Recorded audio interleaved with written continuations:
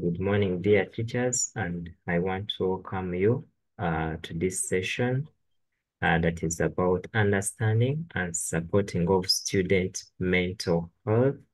You are most welcome for this session, and our agenda, we shall have an opening prayer, and then we shall have a simple introduction.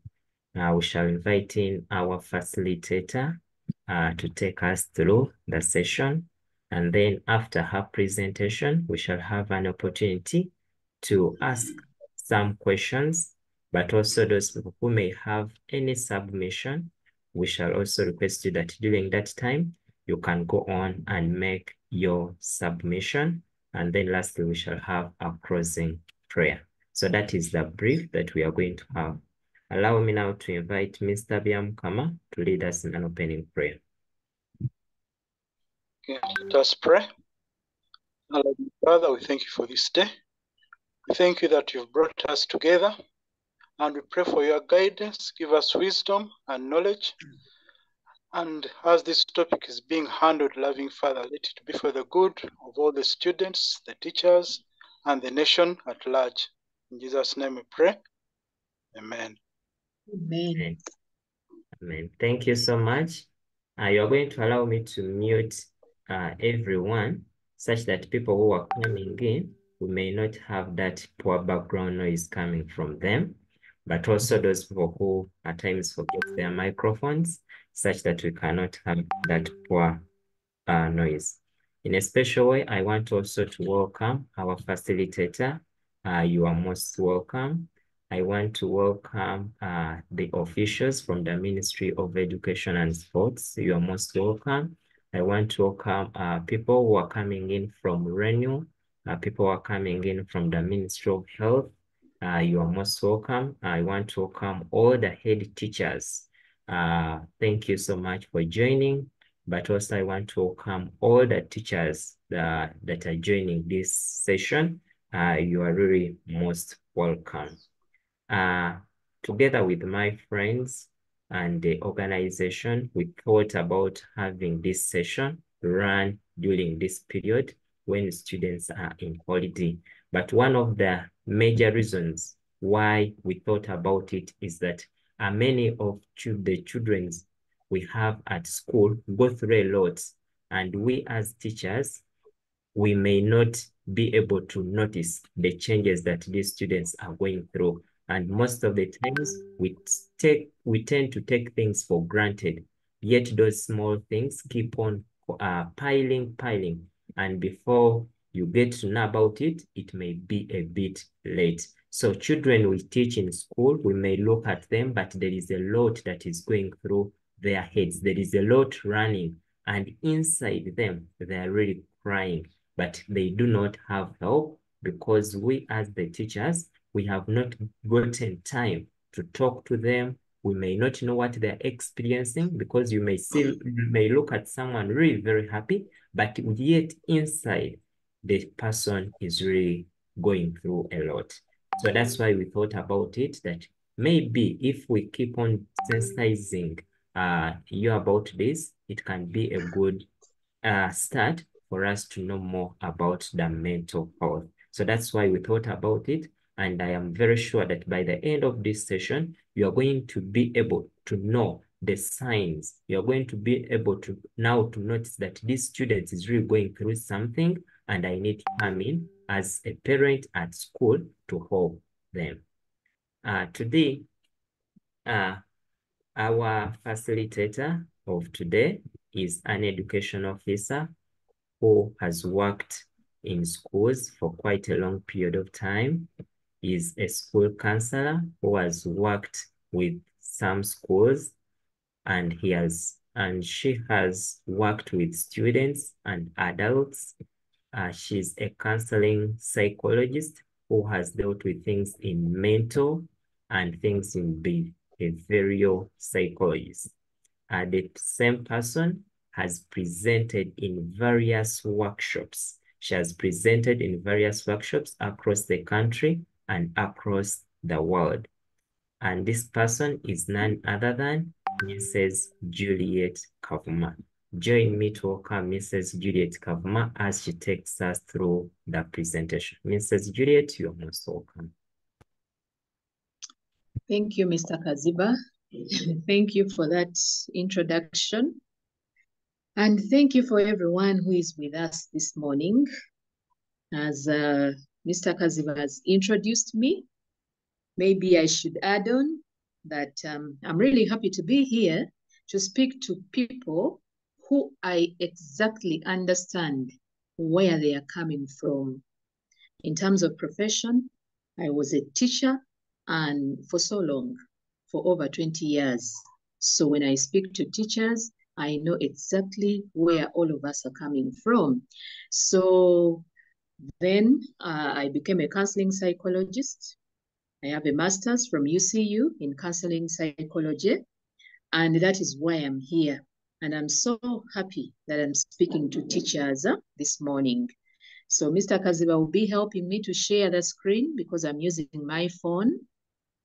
And I really appreciate that I'm speaking to people who are in a profession that is nurturing the minds of people in this country, and people who are not only going to stop in this country, but who are going to work in different parts of the world. I am so happy. I am so honored to be here. So, like Mr. Kaziba said, I think the issue of mental health is very, very important. We need to know because it's not all about teaching English language, teaching literature, teaching mathematics, biology, chemistry, SST, all those subjects, science in primary school. It's not only about that, but we are looking at children who probably are going through a lot of things. Maybe I should take away the word probably because the truth is that after COVID 2020, we realized that there are so many things that our children are going through that we are not addressing. And I'm also happy to have been one of the participants in a training that was done by the Ministry of Education. I think that was shortly before, it could have been in 2019, if I remember well. It was shortly before they closed schools for COVID, or 2021, I don't remember, but somewhere there. We had a training by the Counseling and Guidance Office, and then yeah, they were planning to have counselors in different schools, helping teachers to understand the situation that even when you don't have a trained counselor on the premises, but at least a teacher can handle. So I was part of that group that was trained then. And I am so happy that we have people from the ministry who probably already know what is going on. And even as the teachers, we know what is going on, but maybe we have not been giving that second keen eye. So that is my presentation, Understanding and Supporting Students' Mental Health, a guide to educators. My name is already there. What I do is already there. And currently, I work as a school counselor in a high school. Okay, so the objectives of this session. We need to increase awareness by enhancing teachers' understanding of common mental health issues. Common mental health issues. I'm putting emphasis on that, common mental health issues, because there are so many. There are so many, but some of them are not as common, and some of them can't be handled by an ordinary teacher and ordinary counseling psychologist like me. Some of them are handled by experienced psychiatrists and all that. So we need to understand the common mental health issues among students, including the signs and symptoms, to educate teachers about the prevalence of mental health challenges in the educational setting and the impact on the students' well-being and academic performance. That is one of the objectives. Then the other one is to equip teachers with practical strategies to create a supportive and inclusive classroom environment by providing tools for early intervention and effective communication. We need simple tools that we can use. We don't need to give the students medication. We are not qualified for that, but simple tools within our reach. And those are some of the things we are going to look at today. And then also to familiarize teachers with available mental health resources within our schools, within the communities where our schools are located, by encouraging collaboration between the teachers, the school spiritual nourishers, like the chaplains, like the imams, like all the people who nourish our spirit or who do the spiritual nourishment in our schools and environments that we live in, and also the counselors within the schools. Okay, so a brief overview of why we need this. We need this because it is crucial to address students' mental health in an educational setting because of the impact. It has a direct impact on the students' well-being and academic success. And by the way, when we talk about mental health, we are not exactly talking about people who are running mad, people who are insane, but we shall understand what we mean by mental health soon. So we know that mental health issues have a direct impact on the students' well-being and their academic success, because the number one reason as to why they are in school is to be successful academically, and then other things follow. Also, effective learning is achieved if a student is able to use their cognitive abilities, if a student is able to regulate their emotions, and if a student is able to make positive social interactions with, if that student has a positive mental health. If a student is unable to socially interact with fellow students, with teachers, with support staff, with technical staff within the school premises, that student will not achieve academically. That is very, very clear. And as teachers, I think we have seen it. If a student is unable to regulate their emotions, then they'll have trouble trying to settle down, trying to pick what is being taught, trying to relate with other people. That is why I have that little picture up there. It is something, it says emotion. It's a tattoo, by the way. It is a tattoo that someone used. I think this person had also been going through mental issues. Now, in order to, can I say, to calm their mind, so what they decided to do is to get a tattoo on their body to always remind them what they are going through. So that tattoo says emotions on and emotions off. It's like a switch that has emotions on and emotions off. Because why? Emotions are very important in our day-to-day well-being, in our day-to-day activities. Emotions can stop us from achieving the best of our abilities. And then if mental health is prioritized in schools, there is a creation of a supportive environment that enhances the teacher-student relationship, emotional resilience, and contribution to a healthier and more successful educational environment. I chose my words very, very deliberately. That's why I'm saying emotional resilience and contribution to a healthier and more successful educational environment.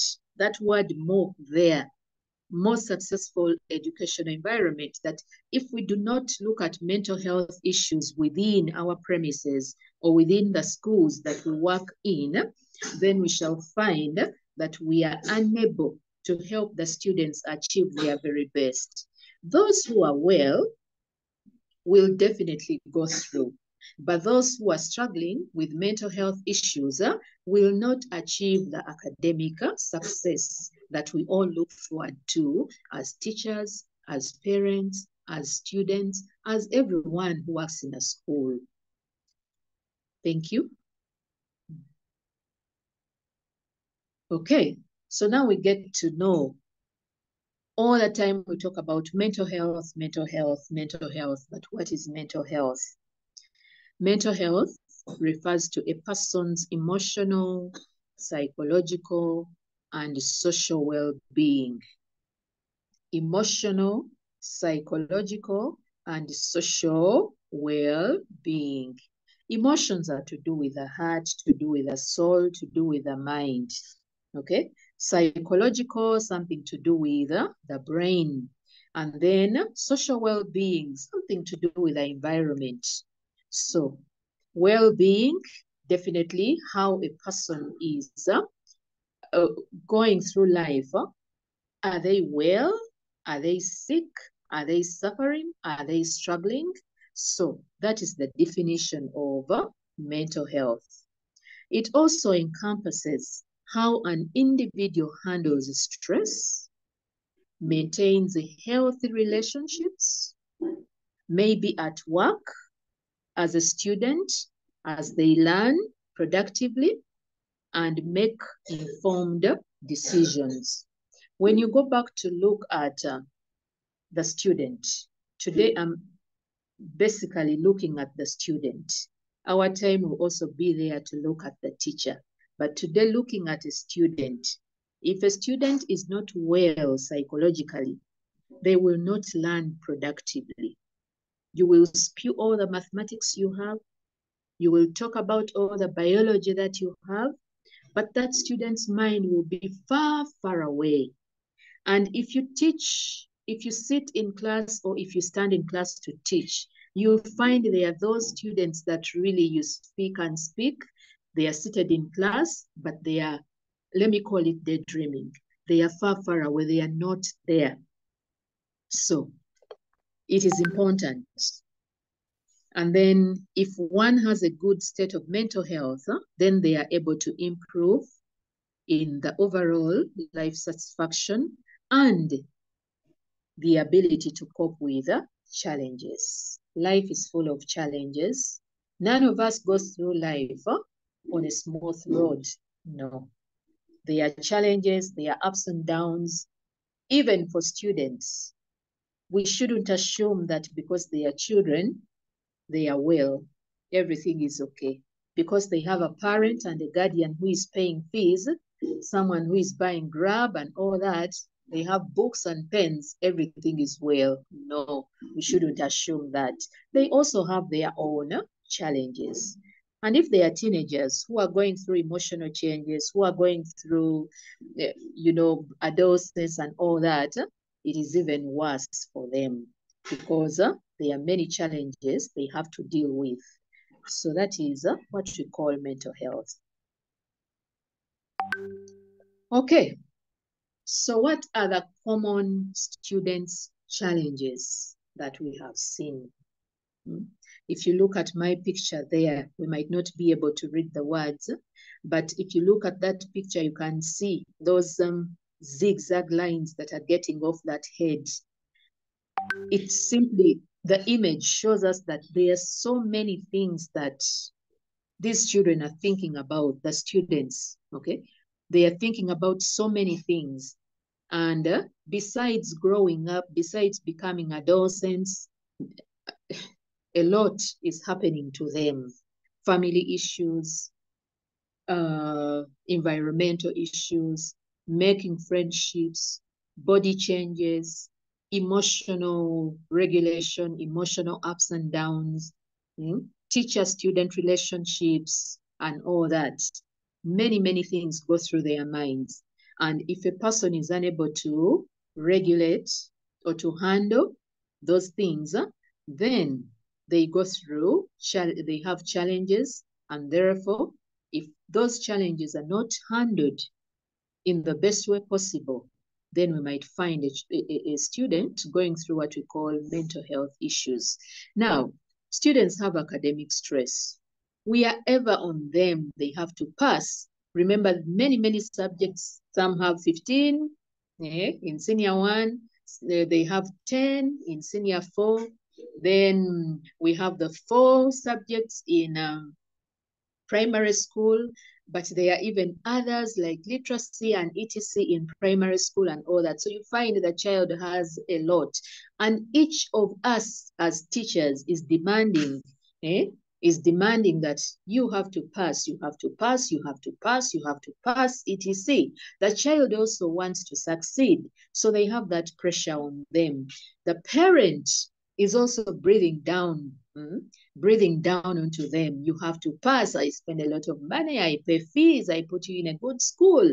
The community is looking at them. So already academic stress is enough, and the subjects are becoming harder each year that comes by. So, I mean, they are children. They have a lot to handle. So academic stress, social pressures around them with their friends, with their communities. Communities look at them, which school does she go to, etc. She has to succeed and all that. So also that is another pressure that they go through. Family dynamics. We have many children who come from broken homes. We have many children who come from homes that are full of domestic violence. We have children who come from homes that the parents may be passed on. They are being raised by other people. We have children who are coming from homes where they are the father, the mother, they take care of the home, they have to work. They are also there. They might be few, but they are also there. Family dynamics, relationships in families and all that. So many things are also bothering these students. So by the time they come to school, their heads are already full of so much. Transitions. Now, moving from one level to another, maybe from primary 7 to senior 1, then from senior 4 to senior 5, and then from senior 6 to university. Those changes, those transitions also cause some bit of exertion and challenges on the student. But have we ever bothered to look at that? I know that most schools have orientation for their new students to get to know, but after the orientation of knowing the school, knowing the premises, knowing the do's and don'ts, that is where it ends. So the child is left to figure out, how am I going to handle? Some people go ahead and help them handle. Other schools, it is done. The student is here. Let us start serious business, because we have to get the grades at the end of the 4 years. We have to get the grades at the end of the 7 years, at the end of the 6 years and all that. So the transitions also bother the students, especially senior ones, who most of them come from their primary schools and they are joining boarding section for the first time. Even those go through their troubles, their challenges. And then identity, self-esteem issues. Self-esteem, even as adults, if our self-esteem is low, we suffer from that. If we don't know so much about our identity, not knowing who you are, where you come from, issues of tribe, issues of religion, issues of what. So all those put in one pot, they really cause a lot of challenges for these young minds. And then financial strain. Now, somebody will ask, how is financial strain related to a student anyway? Now, these children notice, if the money is not there within a home, if the parent is struggling, the children notice. The way the fees is paid, if it's paid in bits, if it's not even paid, if the parent has to go to school to request, please give me some more time. For some of these teenagers, they feel it, it hurts them. So the financial strain alone, some come to school, they have the basics, some have the basics, others don't even have the basics. Some parents just drop them there and that's it. So the financial strain itself is a challenge to some of our students. Others pay fees for themselves, and they are financially strained because they have to look for the money. Some have to work. Some of them did some work during the holidays and they have accumulated some little money to pay. But if the money, is depleted, how are they going to survive? So financial strain. Extracurricular overload. Our students are involved in so much. Besides the studies, there's so many subjects that they do, which are very good subjects because they mold the student. But they also have many things to get involved in. They have sports, they have drama, they have music and drama, they have poetry, they have, farm camp, they have very many other things. They are prefects, they are leaders, they are involved in other things. They work in, some of them are spiritual, they are on that path. They work in church, so much, that's what I can say. So much extracurricular, which sometimes becomes an overload. Now, if a student is unable to be able to work out or to have some kind of timetable to work out how to handle these different things at a particular time, that today I'll be doing this, after my lessons I'll go for sports, I'll do this. Some of them find it hard to manage, and therefore it becomes a challenge for them. And lastly, we have peer pressure and bullying. By the way, there is a lot, but I just picked out a few things. Peer pressure and bullying. Truth be told, these children go through peer pressure and bullying. And these days we have what we call the cyberbullying. So some of them are in those WhatsApp groups where they are being bullied. Their pictures are being, their photos are being used for other things by their fellow friends. I handled a case where a group of girls had a WhatsApp group. They are in the same school. They formed a WhatsApp group. And then amongst them, they got some kind of disagreement. Then they pulled out and formed a mini WhatsApp group from where they could plan and then come and harass only one girl. In the night, they would call this young girl even up to midnight. In fact, the calls would start coming in very late in the night, until when the father noticed that something was not right, and the father found a way of handling the issue. But this girl would receive calls late in the night, and they would start coming in around 10, and they would keep on calling her phone to harass her. And so some of these children are going through these things, the cyberbullying. Okay, Mr. Kaziba. So what do these challenges lead to? Okay, so we have the challenges. I mean, everyone goes through challenges. So what? So what? The answer is that if these challenges are not handled, then they lead to some of the major mental issues that our students have. For example, anxiety. They become extremely anxious. Every now and then, anxiety is a good thing because somehow it is a normal thing to show that you are human, that you can react, that you have feelings, that you're not stone cold. However, if it becomes over anxious, you're over anxious all the time, you have feelings of worry all the time, you're fearful of something all the time, you are on tension, then it can result into what we call panic attacks. That all the time you are in that state. If your heart is always in that kind of state, then you will not be able, it will interfere in your day-to-day activities. You will not be able to sit comfortably in class to understand. That student will not sit comfortably in class because all the time they are panicking. Say there is somebody who is bullying them. Maybe that bully is part of her class or his class. The moment that bully enters the class, then this child or this person who is the victim will always be fearful, will not participate in class fully, okay? Will always be on tension, be jumpy, jiggly, sweating, and all that, okay? So there is no way such a student will be able to achieve academic success. Depression.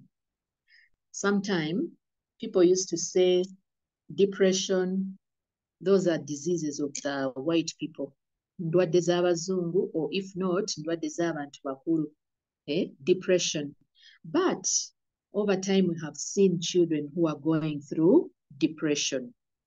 We have seen them. We have seen those who are going through mild depression. I handled a girl who was going through severe depression. So we have seen all these things now have come to light, and we can see them. And after getting training, after becoming a counseling psychologist, then I started looking back amongst my students. Somehow, there are those who stood out, and I would say, this girl or this student or this boy might have been going through this. But because I didn't have the knowledge then, I didn't know how to help. I didn't know what to do, okay? So children are going through depression. Eating disorders. It could be either eating too much or eating too little. We have seen many who keep away from meals, and each day that passes, they are losing more and more weight. You look at this person that you used to see, let me say you saw this person in senior one, you were her teacher, you were his teacher in senior one, and this person was okay by the time they joined. But along the way, you start noticing that they are losing weight, or they are putting on too much weight. They are becoming overweight. So these children or this person or this student might be going through an eating disorder, and they are going through a challenge that has forced them to take on food as a way to handle the challenge, or they are going through a challenge that has forced them to avoid food as a way of handling that challenge. So all those things are going on around us. Addictions, substance and drug abuse, overindulgence these days in gaming on the phones, gaming in, these days there are so many businesses of gaming. Yeah? Wherever you go, every child, or almost now, every village you go to, you find there is a shop for gaming. Somebody has set up a business there where children go to game. So you have to play games. So you notice that many are getting into that to an extent that some, if they are day scholars, they would probably even cut classes or miss their classes because they prefer to go gaming. So those addictions, and then gambling, all those addictions are around us. And then stress. Just by being a student, the stress is already there, because you have so much to handle in terms of academics, in terms of social interactions, in terms of meeting the social pressures, in terms of achieving academically and all that. So the stress is already there. If the stress is mild, that is okay. In fact, sometimes when it is mild, it gives you the solutions to how to handle. However, if the stress becomes overwhelming, then your challenges have led to a mental health issue. And then ADHD, attention deficit hyperactivity disorder. How many children have we seen? And in most cases, we always say, that one never settles. Doesn't pay attention even for a minute. All the time they are jumping here, jumping from here, pinching the other one, doing this, doing that. This child might be going through a problem, might be having a condition that we call attention deficit hyperactivity disorder. We have seen some of these in schools. And then PTSD. post-traumatic stress disorder, which is triggered by terrifying events and experiences that people have either gone through or they have witnessed. I handled a student one time who was going through PTSD, and on probing and trying to find out, I found out that this student had lost a baby brother, and the baby brother had died in her hands. So life went on. She came back to school, but the issues, the nightmares started. And then very bright, brilliant student. But then she started struggling, okay? She started struggling academically, fitting in, handling all the things that she's supposed to do, failing at day-to-day activities and all that. So by the time she came to me, or by the time she was brought to me, I found out that she was struggling with that issue that had happened almost a year ago. She had lost a baby brother, but the baby brother did not only die anywhere, but she was holding the baby brother by the time he passed on. So this child was going through post-traumatic stress disorder, and many are going through this. For example, if children come from a war area, I don't know if we have people online who teach in schools that are located in maybe refugee camps and all that. If they are online, I think you have noticed some of these things, because some of these children have gone through many, many things. They have witnessed death, they have witnessed many things, and so it is very possible that they have PTSD. And then we've had suicidal ideation, and sometimes eventually the challenges lead to suicide. So the difference between these two is that suicidal ideation, the student keeps on saying things like, what is the purpose of life? Why am I even studying? Why am I even bothered? I hate life. I wish things would just end just like that. So that kind of talk, some even go ahead and say, I'm tired of life. I'll just take my life, that kind of thing. At the end of this session, I have real life examples that I will talk about. So suicidal ideation, we have students who are going through that. Suicide, I think we have seen some of our students going ahead and committing suicide.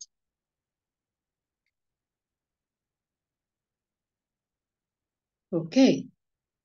What are the signs and symptoms of distress? We might talk about PTSD, we might talk about ADHD, we might talk about, stress, we might talk about anxiety, but how do we tell? Now, most of those things that I've talked about, most of those challenges, mental health issues that I've mentioned in the previous slide have different signs and symptoms, but I tried to pick out the most common that almost relate to all of them combined. Now, signs and symptoms, behavior changes. Because these are our students and we have been with them maybe for a year, maybe for a term, we start noticing the changes. One child came in very reserved, but then now what we find, she's all over the place, he's all over the place.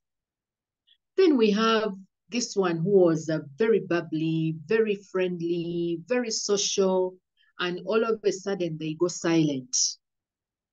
Then we have those who become completely defiant. They will never listen to anyone. They cannot complete tasks. They cannot do what they are supposed to do in a school system. But yet, that's not how they were before. Or by the time they joined the school, that is how they came.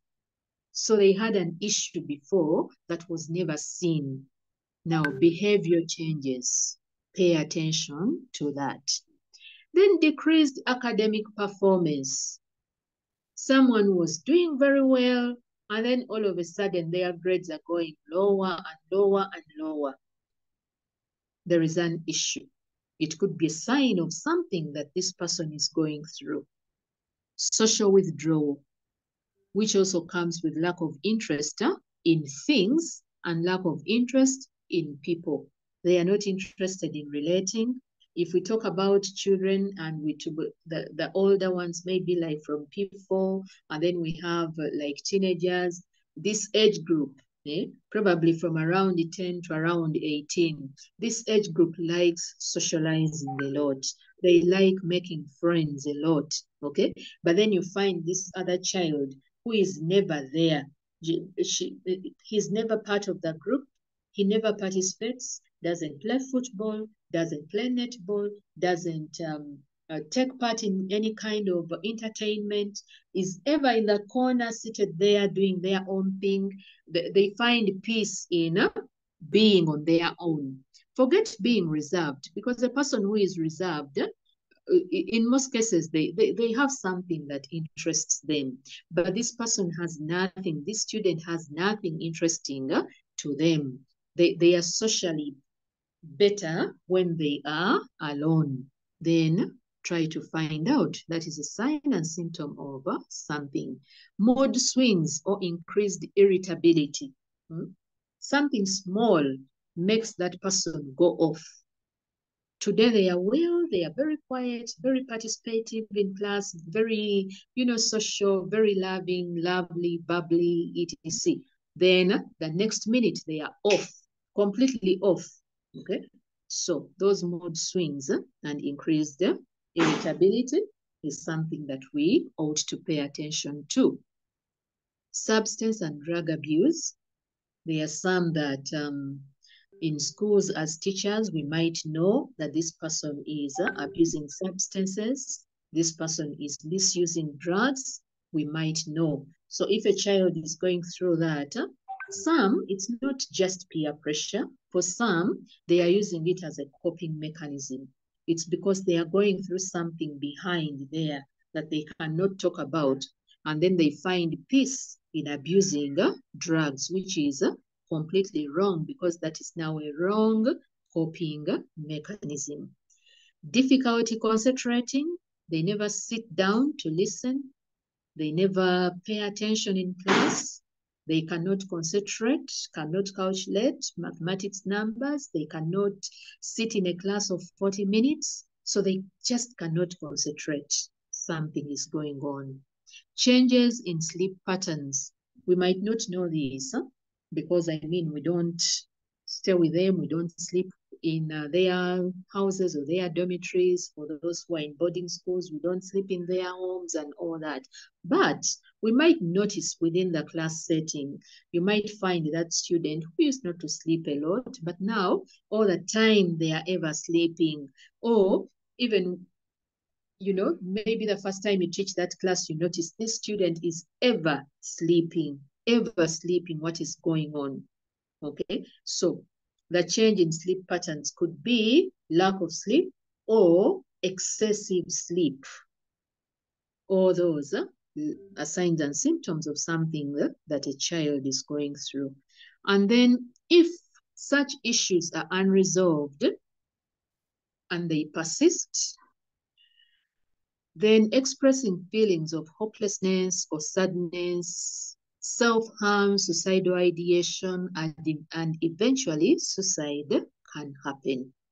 If all these issues are going on with this person, they have behavior issues, they have depression, they are not paying attention in class, they are socially withdrawn, mood swings, they are, abusing substances. So they find it difficult to concentrate, they don't sleep well, and all that. If some of these things are not handled well, if no attention is paid to what the student is going through, then some of them start expressing feelings of hopelessness. Things like, what is the issue anyway? Why even bother? Why am I even studying? What is life all about anyway? I'm tired of life, ever sad. And then some of them start expressing their pain through self-harm. I think as teachers, you have noticed that there are students who are cutting themselves. They are cutting their wrists. Others have graduated to cutting thighs, cutting chests, and keeping them covered. You might not know, okay? They are ever putting on sweaters, even when it is very, very hot. So some even burn themselves. Some burn themselves as a sign of self-harm.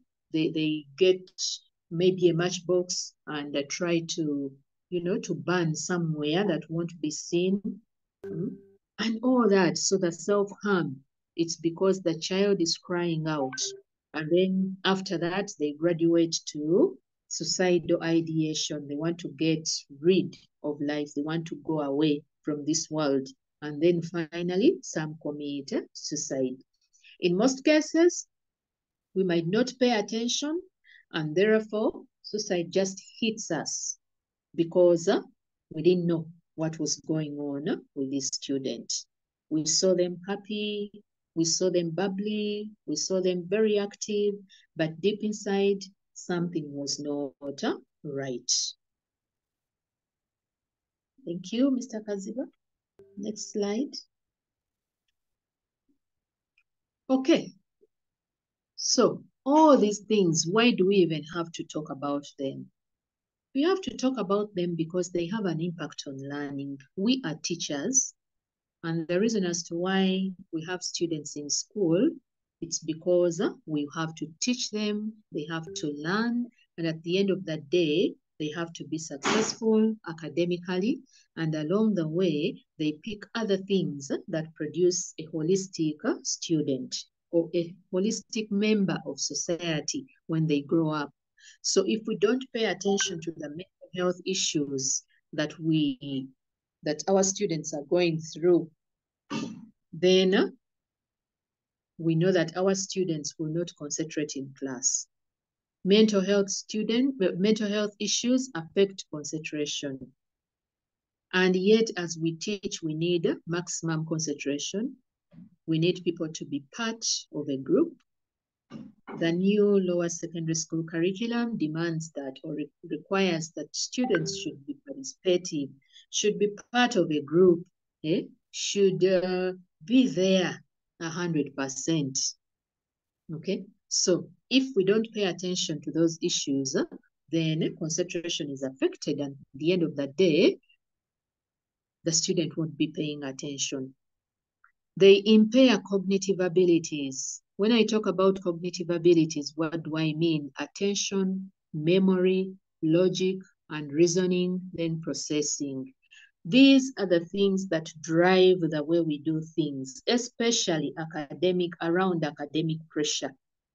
You need to be attentive in order to learn.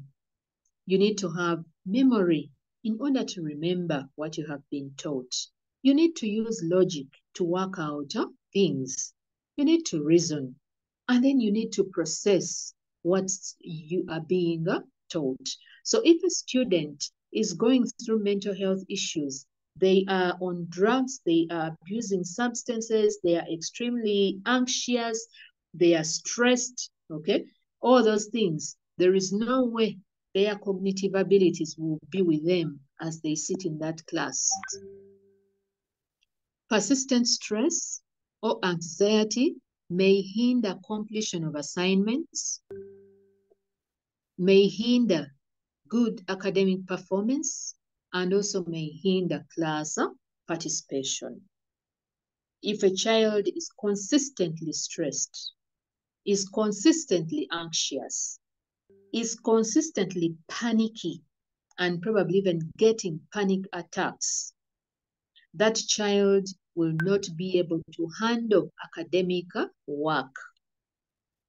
They will not be able to finish or complete assignments. They will not be able to do class projects. Neither will they be able to participate in class. And at the end of the day, their academic performance will be so low. Then decreased motivation. We need motivation. The students need motivation. If they don't have the motivation to sit in a class, those are the ones who will always be away, who always fall sick, who always pretend to be sick, but some are not pretending. Some are really going through things, going through issues. So decreased motivation, there is no way it can allow a student to learn. And even you as a teacher, you'll be teaching, but at the end of that day, you will not get the grades that you need from your students. Absenteeism, others will take on, if they're in boarding school, they'll either be in the sick bay all the time. If they're in day school, they will not come to school. They'll probably leave home every day, but they will not reach school. Absenteeism. Why? Because they are going through issues that have not been handled. They have mental issues, mental health issues, stress. They have anxiety. They have, PTSD. They have ADHD. They have, all other things, depression and all that. And nobody has noticed. Or some people have noticed, but they have not paid attention. Or some people have noticed, but they don't know. They just look at and say, that student used to be really good. But over what is going on with that student these days? So they'll keep away from school because they look at it as they have nothing to gain from there. In fact, it is adding on to their stress. And then strained peer and teacher relationships. As a teacher, look at yourself and see if you have those unruly students in your class, no teaching is going to happen. Nothing will happen. And if these students also have strained issues with their fellow peers in class, no learning is going to happen because they are either exchanging notes. If they have phones, they are either, using their phones to harass each other, to harass so and so. So nothing good will come out of that. So if all this is looked at, I think at the end of the day, you see that impact on learning. No learning will take place. Minimal learning might happen. Good grades might not come through. If they are able to go through, bad grades will be registered. So if we don't handle the mental health issues that our students are going through, those are some of the things that might happen as we teach the students. Mr. Kaziba, maybe I should pause a bit and then if there are some burning questions. Okay. Or contributions. Okay. Yes. Dear participants, in case you have any contribution, you have a question, kindly raise up your hand and then you can communicate.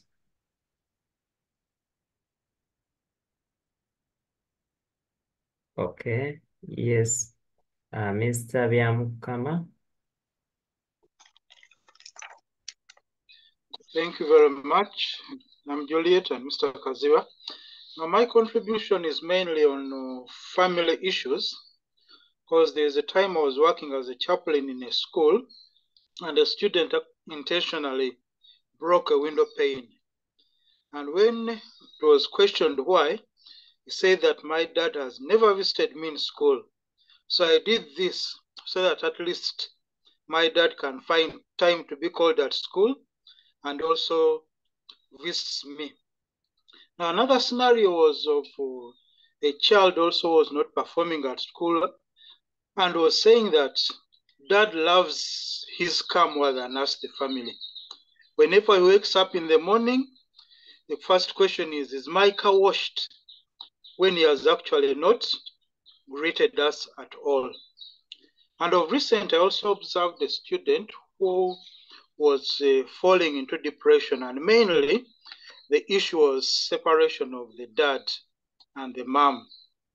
So it was also affecting the student. so much. But thank God towards the S6 exams, the two parents got back together. That's my contribution. Thank you, Mr. Byamukama. Thank you. Any other person? Thank you, Mr. Godfrey, for sharing. Okay, I think we are good to continue. Okay. Okay, so I've done the impact on learning. Okay, the importance of early intervention.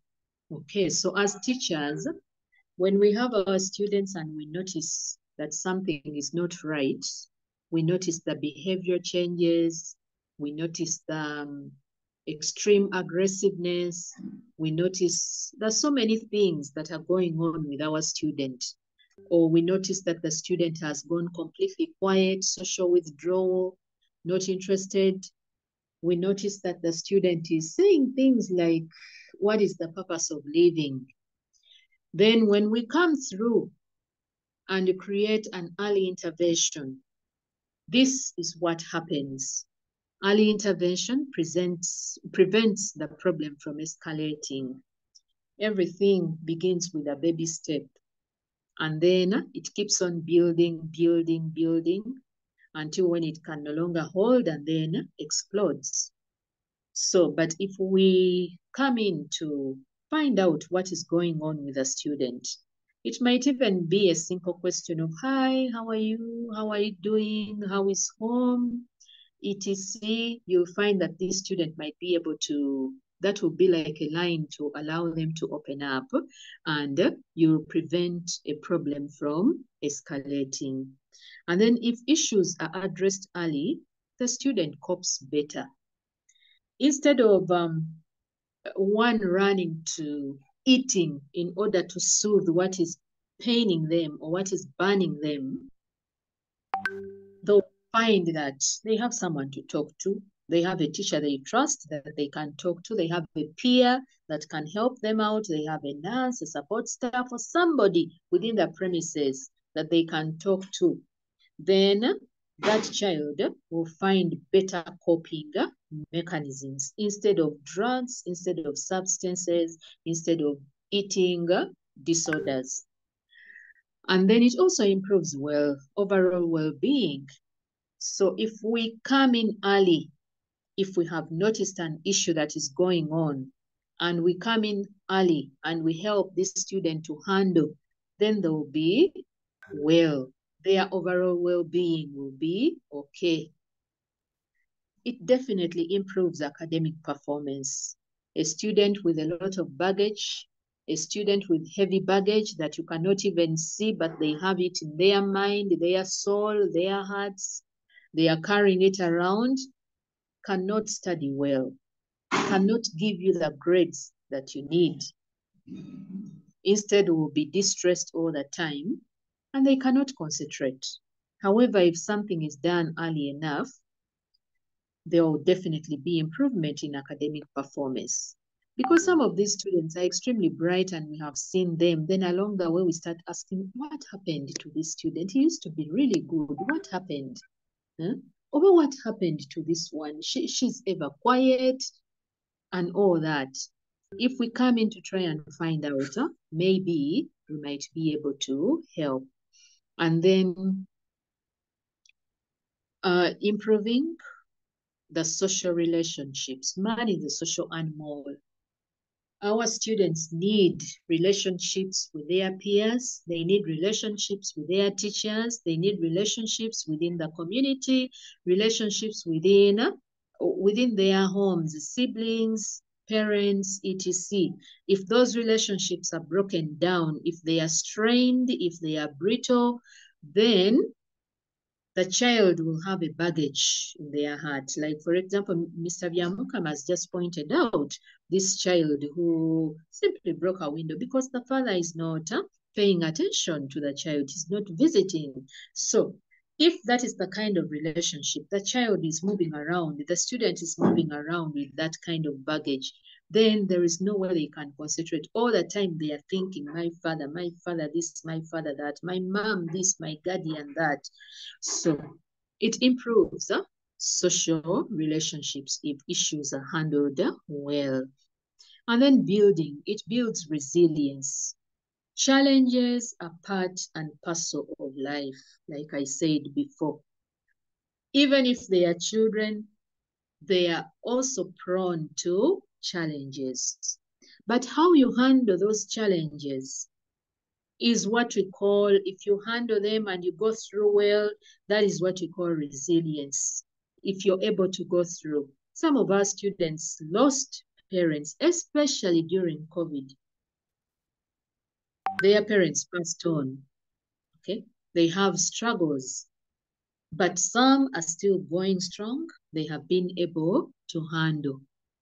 So if we notice that this student used to be really good, but after the parent passed on, things are not going on well. They have moved from one particular type of behavior to maybe extreme aggressiveness and all that, or they have become socially withdrawn, not even participating in class, or they are ever sad.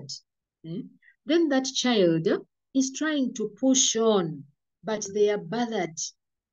Something is not, adding up. They need help. Someone needs to come in and help. And if that early intervention is done, then the child will be able to build resilience and they'll be able to go through life. Early intervention also promotes a supportive teaching and learning environment. I think I've mentioned this a lot. If things are not well on the side of the student, the teacher is just wasting, you're wasting your time. You get the minimal teaching. Okay, you give the possible maximum teaching, but the minimal learning or no learning at all will happen. So if everyone is well, if most of the people are well, if people are able to be resilient, they are able to be socially, have those social relationships that are positive, then the teaching and learning environment will be good for everyone. And also, early intervention promotes mindset change for long-term self-development and growth for this child. Like we said, schools are not only about academics. The number one priority is academics, yes, but we have seen many whose academics, yes, is okay, but they have also excelled in other areas like sports, poetry. I've seen many of our students going through, they are performing on international stages. In their 20s, they are doing wonders because they were able to go through the teaching learning environment that was very positive for them. That mindset change is there. If you help a student who is going through stress and anxiety and all that, and they are able to handle that and become resilient, then there is a mindset change that comes from, oh, I can't do that, I can't manage, and it changes to, yes, I can do that. I think I can handle. We sometimes have challenges of students who maybe have struggles with their sciences, maybe their mathematics, and then you find this one telling you, I'm not a mathematics person, I cannot do mathematics. But then if there is an intervention, if this child is talked to, if this child is given positive, affirmations and all that, if they are helped, given the coaching they need, given the help they need, then you find there is a mindset shift from I can't do that to I think I can. Oh, yes, I can. And then, yes, they'll definitely do it. So early intervention is very, very important. And at this moment, I would say, thank you, Mr. Kaziba, for this, because now what we are doing is actually an early intervention that is going to help teachers identify the things that are going on with their students that probably they had seen before, but we are not paying attention to, or they had not even noticed, but now they are going to have a keen eye to find out what is going on with the student. Okay, so as a teacher, what can I do? Why do I even have to, how can I help this student? I don't have the expertise to, to handle depression. I don't have the expertise to handle this issue, ADHD, but I've noticed that there is something that is going on with the student. So as a teacher, what can I do? One, be observant. Very, very observant. Get to know your students. Notice, look out for their change in behavior, performance, and appearance. Appearance could be from one who used to be very neat, used to be very, very neat, very smart, but all of a sudden, they are always with the strong red eyes. They are ever crying. They are ever putting on this long sweater that covers the entire body, even when it is extremely hot. They are ever, I don't know, there is a complete shift in terms of appearance. When it comes to performance, they used to be somewhere on top of the class, etc., but slowly by slowly, they are going down. Okay? So, be observant. When you notice such things, do something about it. Find out. Then, if you do find out, please avoid stigmatization. If you find out that something is going on with student A or student B, don't make that student to be the reference point each time you enter your class, like so and so. Or even when you don't mention your name, but you mention information that is related to them, you are killing that student slowly by slowly. Avoid stigmatization. Because we are all prone to mental health issues. Today we are well, but something will happen tomorrow, and you move from a person who is very active to a person who is distressed. It can happen to any one of us, whether student, whether teacher, whether parent, whether pastor, whether preacher, whether priest, whether who. Every one of us, as long as you're a human being, we are all prone to mental health issues. So avoid stigmatization, encourage open communication, allow students to express their feelings and concerns by creating a non-judgmental safe space. Some of us are class teachers. We handle groups of students who we know very well. You are a class teacher, and then you know your students very well.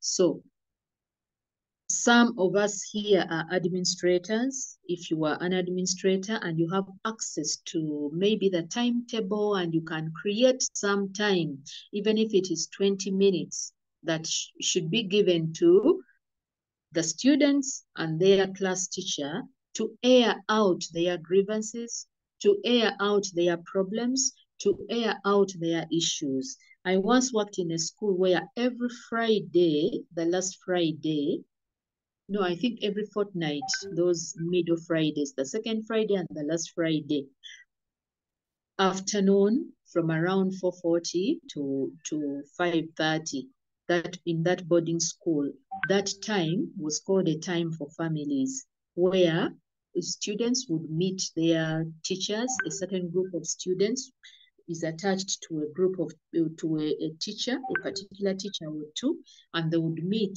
and discuss issues. And the teachers would get the ability to know the student from outside the academic perspective, but even get to know who the mother is, who the father is, what is going on in the home, do they stay with their grandmother, how many siblings, that kind of thing. And I think that school was handling that issue very, very well. So I've seen that.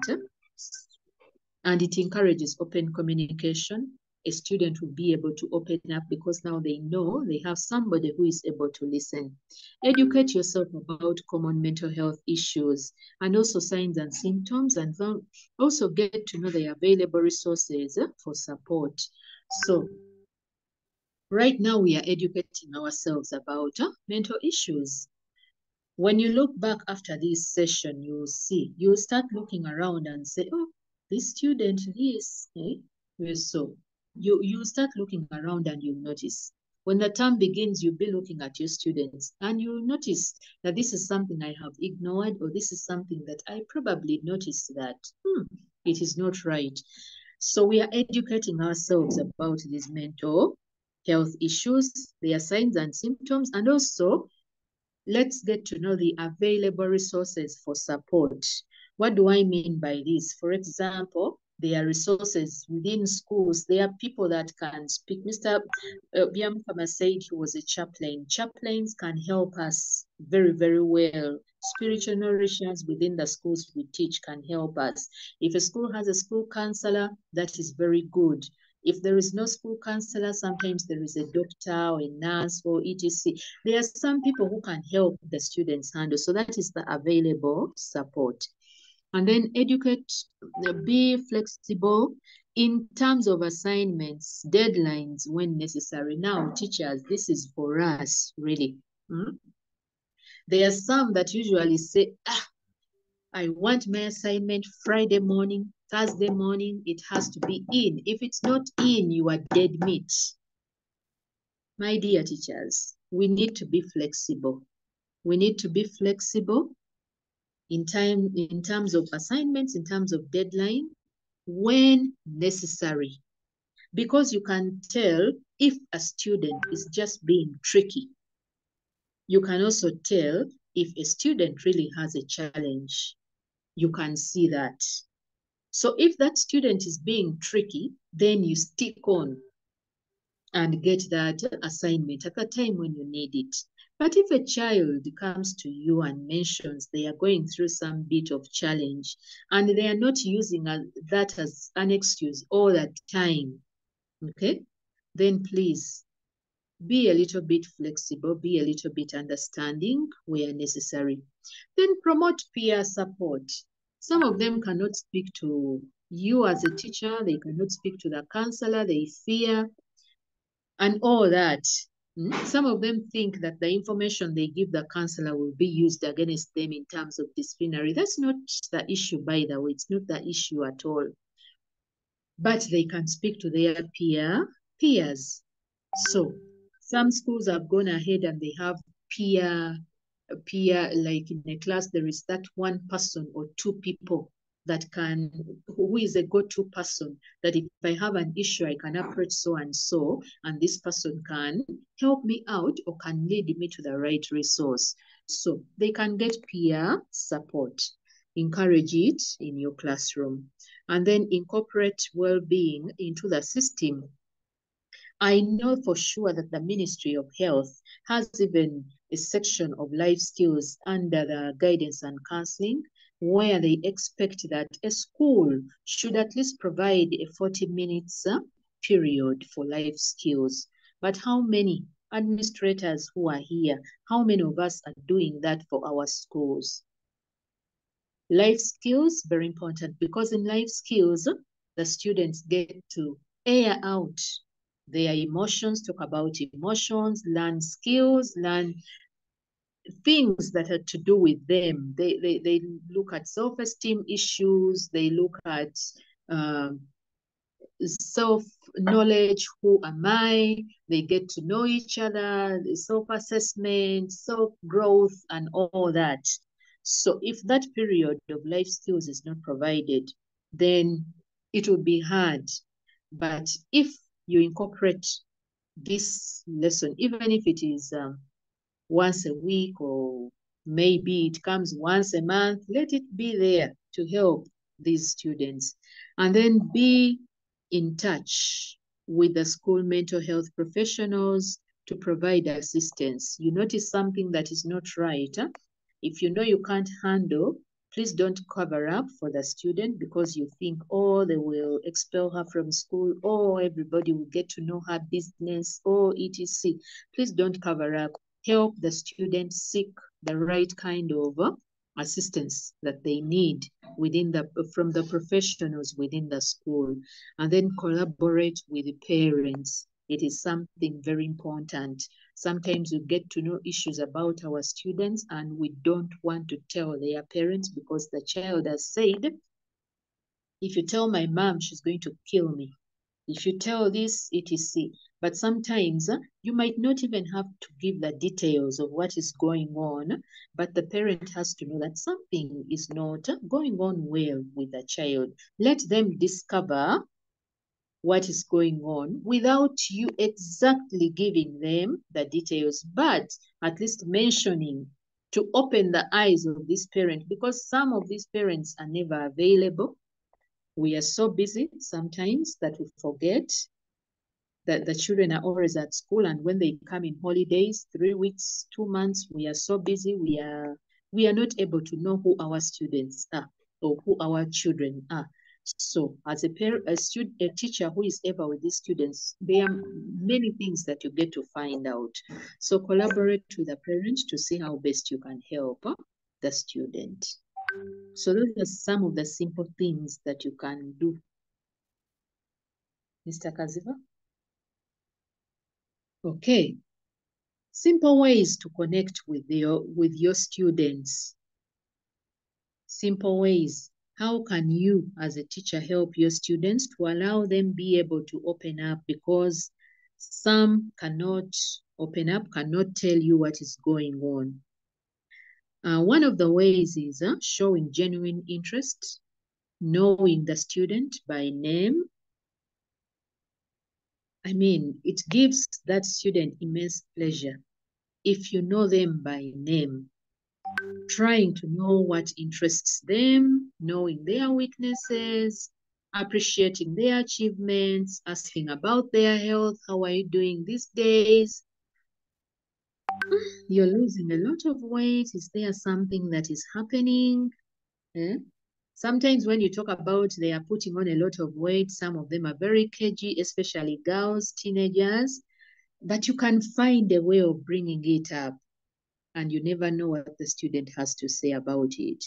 Find out about their family, and then be approachable, but observe boundaries. You need to create, that atmosphere where when they have issues, they can reach out to you and speak to you. However, observe boundaries, don't go beyond, and don't allow your students to go beyond the boundaries. They should maintain the teacher-student relationship. Positive reinforcement, rewards for their efforts, their accomplishments. Do not forget to punish where need be, because if you forget to punish, you are spoiling the child. Where they need to be punished, please don't spare the rod. But where you need to reward them for their effort, please do so, and you will connect. And then create a welcoming classroom and equal opportunities, no favoritism, and a clean environment within. Physically, let your classroom be clean. Where you do your work, let it be clean. Cleanliness has an effect on the way we think and the way we do things. If we live in dirty environments, our minds will also be a bit dirty. They will not be as productive. But if we live in clean environments, even our minds are clean, and whatever we do is productive. Equal opportunities, give opportunities to everyone. Don't have your favorites within class, even if they are there. Okay, you don't have to show everyone this is my favorite person, etc. All the time. They are the people you pick on, choose on. If there are opportunities, you give them opportunities, and you leave out the rest. It will affect the others. Regular check-ins, okay, through one-on-one conversations, asking your students when you enter class, how are you doing this morning? Denise, how is life today? Peter, how have you been? Long time, etc. All those things. So they create an atmosphere that shows that you are approachable. And then encourage exercising for stress management. Remember, I said that being a student already is stressful enough. So if you encourage exercising, maybe sometimes you even take part in that exercising. So that is good. PE lessons should be part of that. walking, etc., all those little things. When we talk about exercising, we are not talking about going to the gym, lifting weights. No, doing simple things within your means. And then encourage peer support. I already talked about that. Some are very comfortable speaking to their peers. So if you can groom 1 or 2 people within the class who can really be a very good, mentor for other students, that is something very good. Share personal experience when appropriate. I'm paying so much attention to those words. Share personal experience when appropriate to create connection and to show that you understand their challenges. Because some of these students, especially those who are very young, let me say like senior 1, primary school, they think that maybe their teachers are kind of from the Mars. They don't understand what they are going through. But sometimes if you talk to these students, sometimes where necessary, if you see the environment and you think you can share and they understand, especially like those who are in upper classes, senior 5 and 6, and you talk to them, when I was in A-level, my senior 6, this is what I went through, etc. Just personal normal experience. They get to know that challenges are part of life, and if you managed, they can also manage. And then encourage use of available support services. So sometimes we have support services within the school system. We have chaplains. Most schools don't have counselors, but they have chaplains. They have senior women, senior men. All those people are there. They have matrons and wardens. Some of those people can give the support services that are necessary. And then empower students to set realistic goals, to celebrate achievements, and to have control of their well-being. Our students need to know that we cannot make them happy. It starts with them. For us, we just enhance what is already there. So they are in charge of their well-being. So if they have an issue, encourage them to reach out. If they don't reach out, the sadness will always continue. And then celebrate their achievements. If your student has won a poetry contest or something, I'm speaking so much about poetry and etc. because I'm a teacher of English language and literature. So so to celebrate their achievements, please be there with them. If they are footballers, they've participated in this tournament, they have won etc. Don't just ignore it and say that is part of the sports department. You as a class teacher, you as a teacher in their, in their lives, you need to show your support. Oh, thank you so much. Thank you for this. Thank you for participating in this. So it was really good. Please continue. Don't give up. Don't always say, but your mathematics, but your biology, etc. Please, as in you encourage them in their academics, also support them in their extracurricular, and also promote the spiritual environment in your class. We are, for God and my country, we are a very prayerful nation. And we always know that religion is within us. And a man that has no religion is like a lost soul. That is what we believe. That's what most people believe. So please encourage that spiritual nourishment. When a person is grounded in religion, when a person is grounded in their belief, somehow, somewhere, they are able to manage. They can be calm and understanding. Okay, so Mr. Kaziba? Important resources. So what are the important resources that can be useful within the school setting? So you as a teacher might say, oh, I cannot handle this, but within the school community, what are the resources that can be able to help this particular student who is going through? So we have the counseling services in some schools. Other schools might not have, but still, We have, in those that have school counselors, those that have nurses and doctors. I know that most schools, even day schools, they have at least a nurse on the premises.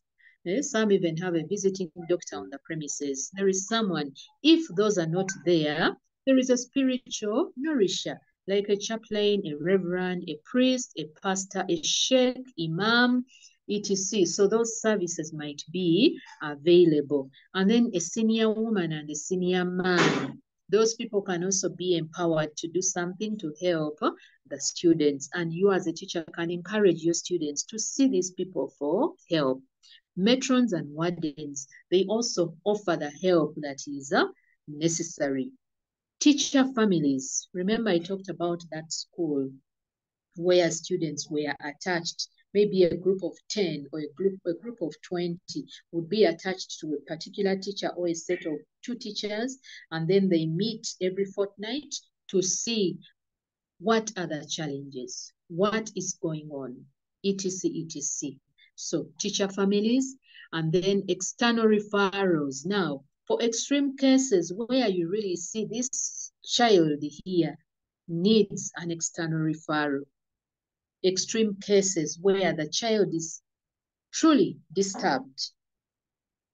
There are also some who have academic challenges that are inborn disorders like dyslexia and others, learning challenges like autism, and people have not found out, but you as a teacher, you have found out. So external referrals come in handy. So you can find out where can I refer this person, okay? And then community members and parents. Like I said, that let parents be part of your academic journey with these students. Some community members within, if the school is in maybe a day school, the community notices what the children are going through, what they are doing, that some are just going to the gaming nearby. Okay? So most of the schools are not isolated. Some schools are definitely surrounded by outside community, and the community members can see what is going on with that school and with the students there. So they should be somehow, somewhere, if possible, allow them or contact them to see how best they can help.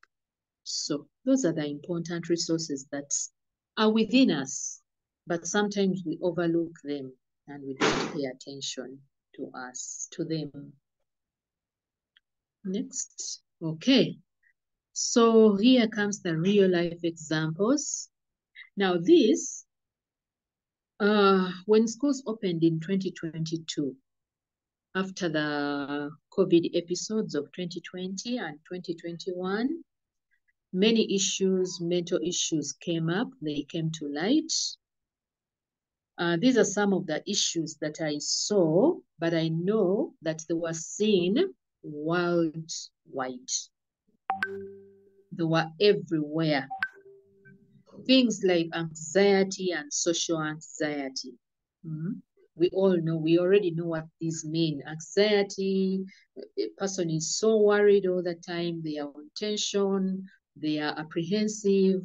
Social anxiety, they fear relating with other people. Remember, some of these children are kept indoors, and for 2 years they were kept indoors without being allowed. Remember, there were no church services. Some of these children only get out of their homes when they are going to, and I'm saying some, only get out of their homes when they are going to church, and that is the only social activity around the community that they can have. The rest of the time they are indoors. They do everything indoors. The shopping is done by the parent or by the house manager, and then they find everything indoors. So they are not in any way connecting with people outside. Some developed what we call social anxiety. They are scared of the surroundings and all that. So we noticed grief. This was like an obvious thing because most children or some children lost their parents, lost their guardians, and it was not only a natural death, but it was massive death, where you find that so many people are dying At a go, you find today you hear so-and-so is dead, tomorrow your neighbor is dead, tomorrow. Our village here where I stay, we lost around 6 people to COVID consecutively. You would find today your neighbor is dead, and then tomorrow you hear so-and-so is dead, and then the other day you hear so-and-so is dead. There is a family I know that lost around 5 people, a grandmother, a mother, an auntie, a brother-in-law. So if a child comes from that kind of family, there is no way they can just go through life just like that immediately after. It takes some time. So they have a lot of grief to handle. So there was grief, panic attacks, scared of whatever was going on around them, suicidal ideation. I was struck that with self-harm, a lot of self-harm. In fact, for me, for real, it was the first time that I saw self-harm. I knew it was there, but I had not seen it with my eyes. But that is the first time I saw self-harm with my eyes, children cutting themselves. And then behavior troubles, many were defiant, they were not ready to listen, others had withdrawn and all that. And then fatigue, extreme fatigue, getting back to the school system and the school routine was kind of, it was very drowsy for them. It was heavy for them. So these are the real life things that we noticed in the opening of schools, and so many others you also noticed. And by the depression also was also part of it. I might not have mentioned it there, but depression was one of the things that I noticed. Okay. Okay, so I thought I should mention this because we are noticing this. I read an article somewhere that said that the last time they did some kind of statistics, we lack statistics within our country. We lack statistics. People have not done that kind of statistics, especially in mental health, to find out the suicidal rate and all that. So the last statistic that I saw was in 2019, which said that the rate of suicide amongst children amongst people in Uganda had gone up by 4%, but most of it was amongst children, young people. Most of it was amongst young people. So the statistics show that suicidal rates are a bit high, but that was a 2019 statistic. Now we are in 2020. Okay, let me say 2023. Okay, so things, I don't think they have improved for the better.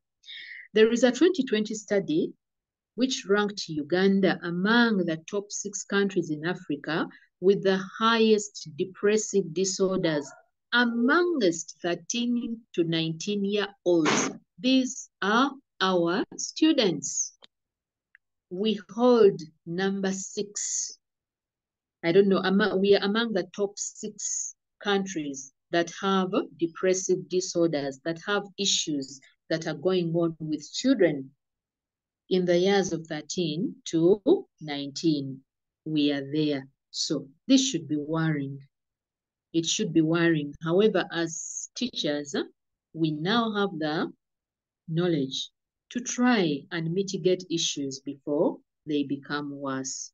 The new vision of October 20th, 2022 had a huge headline that said, boarding schools are escalating mental illness among learners. I think most of us saw that. Whatever is being done in boarding schools, me and you, I really don't know. But they said boarding schools are escalating mental illness among learners. But this doesn't leave out the schools. Even in day schools, children wake up very early in the morning in order to beat the jam or in order to be at school early. I know some day schools that open, classes begin at 7 and at most 7:30. They are there. So I don't know, that kind of child, what time does that person wake up to go to schools? So we know these things, they are happening around us. The Observer of July 20th, 2022 had this article. You can Google this article and read it. It is entitled Death by Suicide on the Rise. And most of the people that were mentioned are young people. So if you say, I made a simple brief of some of the people. A young girl in Kayunga who was in P3, I would assume she was probably 10 or 11 or something like that, committed suicide because of certain issues that happened in her home and with a neighbor and all that. A young girl of 17 in Wanyange Girls. I'm sorry to mention the names, but the names of the schools, but this was in the papers and we read about it. So she was 17, not 1 year old, 17 years old. She committed suicide. But when I read the article, I discovered something. Apparently, she was a member of a WhatsApp group. And in that WhatsApp group, she mentioned that you will be shocked. She posted something. You'll be shocked when you say, RIP so and so. She put her name there. Let me say the girl was Kathy, I'm assuming. So she wrote, you'll be shocked when you say, RIP Kathy. So if somebody had picked up on that comment, only that comment, probably that girl would still be alive if somebody had picked up on that comment. And then Lubiri High School, I think there was a student there who jumped off a roof. He tried to, it was an attempted suicide. Apparently, he had been forced to cut off his hair and he decided that I would rather commit suicide than cut off my hair. So you don't know what this student is going through, their issues. And then there was a 22-year-old student, Kabale University, a girl who hanged herself over certain issues. Then there was a student in Amolata district. I didn't pick the details very well, but I think he was a senior for student, something. He also hanged himself. There was this student, Okelo, I think he was in Makere College School, and then the father moved him to another school, which was St. Chizito, and he didn't like the school, and then he decided to take his life, okay, just like that. There were things that were shared on WhatsApp. I think there was a student also who had issues with the laptop, had certain conflicts with his parent with the laptop, and then he also took his life. And then lastly, of recent, we've also heard of a young girl who was in a certain international school who also committed suicide. I think that is like 2 or 3 weeks ago, or 2 weeks ago. So all these things are going on around us and we are not paying attention to them, or we are just leaving them to happen. So we need to do something, and we are happy that we are having this session. It will probably help us to be more alert. Next, please. I think this is our last slide. Take home. What are we taking home from this session? As we nurture the young minds, let us prioritize the well-being of our students. Let us not only look at academics. We should look at the well-being of the student. Each one of us plays a crucial role that is beyond academics. We can't always just be thinking about mathematics, thinking about biology, thinking about literature, thinking about English language. We need to look at that student and what is going on around them. How is the family setting? What is going on? We should be beyond academics. We should also pay attention to the signs of distress. You see the behavior changes and you're not paying attention to them. Let us pay attention.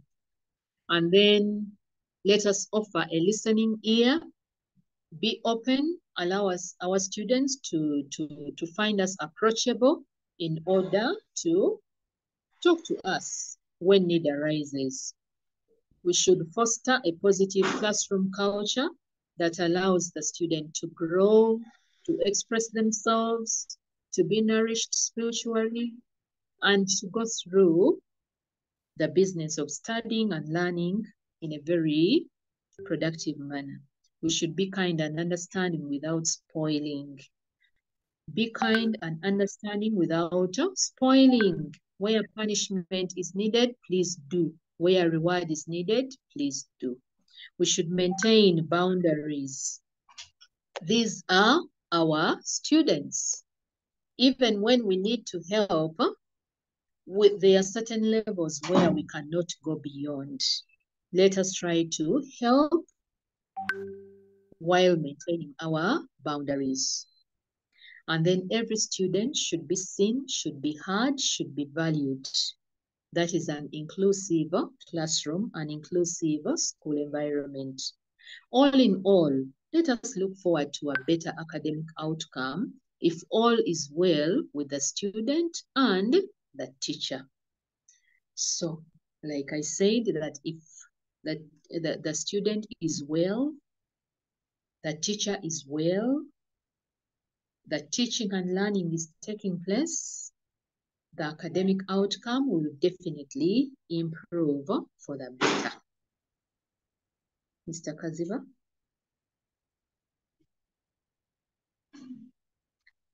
Yes, so we have reached the question and answer session. Thank you so much for being part of this. I am truly, truly honored to share the little knowledge I have about mental health. And I am happy to be here. And I apologize if I have shared some information that might be real information that some people handled somewhere, but I've tried to be as discreet as possible as required by the profession of counseling. So thank you very much. Thank you so much, Teacher Juliet, for the wonderful presentation. Looking in the chat, I'm already seeing some questions that are coming in, but also I want to request those who have questions, before we start on the ones in the chat, you can raise up the hand. Those who may have any submission, in case you have a submission, you want to add on something, feel free to raise up the hand and you share with us. Okay, yes, Alex. Yeah, thank you very much, Mr. Kaziwa, for the presentation that you have organized. And thank you very much, Ms. Juliet Kavma, for the wonderful presentation that you have shared.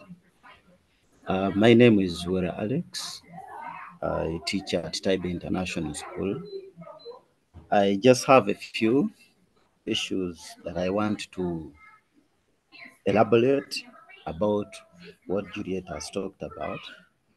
One, as we talk about mental health, it is quite a big issue nowadays, not only in Uganda, but world over.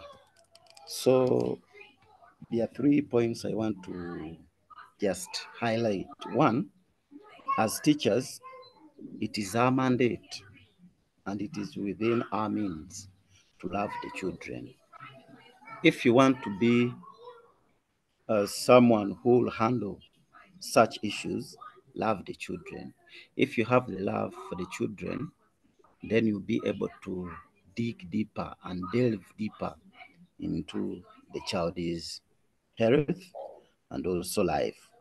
Then two, Miss Julia talked about punishing. My perspective of punishing is punish the act, not the child. Once you punish the act, that student, whenever he or she begins or thinks of doing that act, should remember the punishment that you gave. In our setting, the national curriculum, as Juliet said, I'm not offending, but in the national curriculum, we are used to only caning, beating, doing this and that without even listening. You just come out of the plant and cane, cane, cane. Then you even go in the staff room and begin boasting, I cane the whole class. So that you are not, you are not curbing the act. Let us punish the act. Then we need also to know or to learn that times have changed. Times have changed, and we need also to change. However much the curriculum has taken time to change, let's not dwell on the curriculum. We do say our curriculum is outdated, but can we take time and we go by the modernities, the technologies that have come up, instead of being there and then we say, our curriculum is this and that.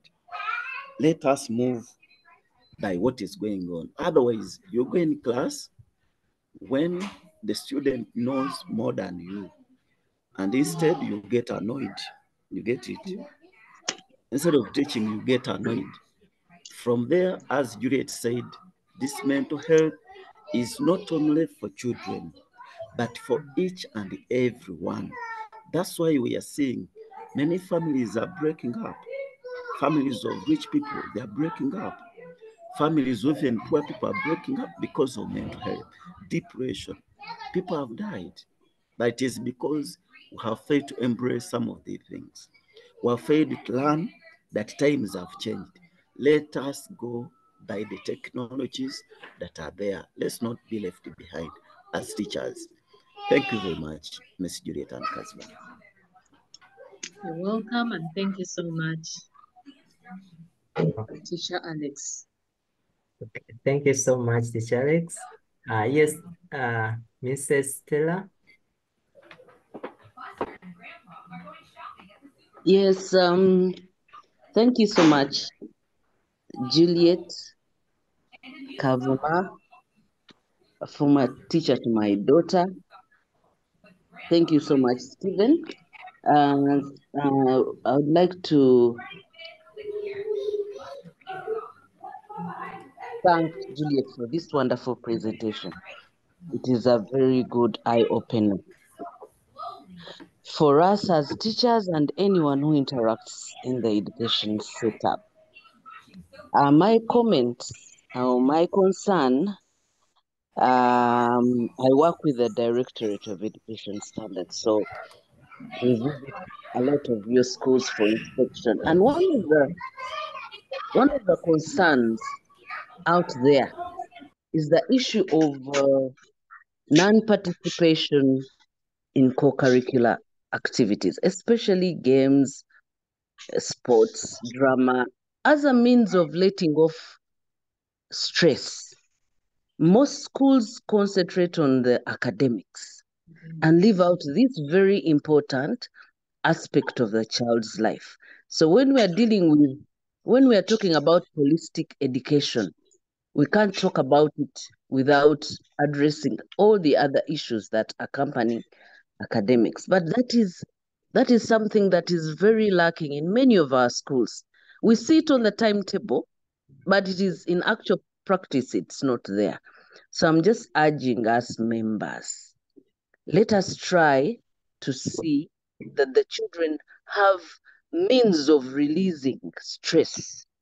And some of those can just manifest themselves through playing with others, sharing, and, as children bond in those activities, they are letting off steam, they are letting off stress, they can find ways of bonding with others.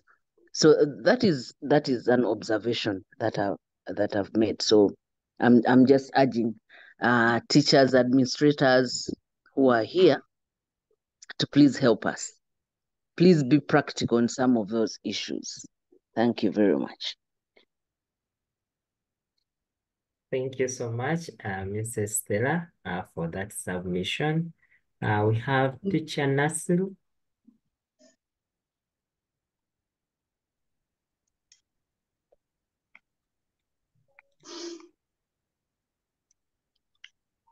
Good morning.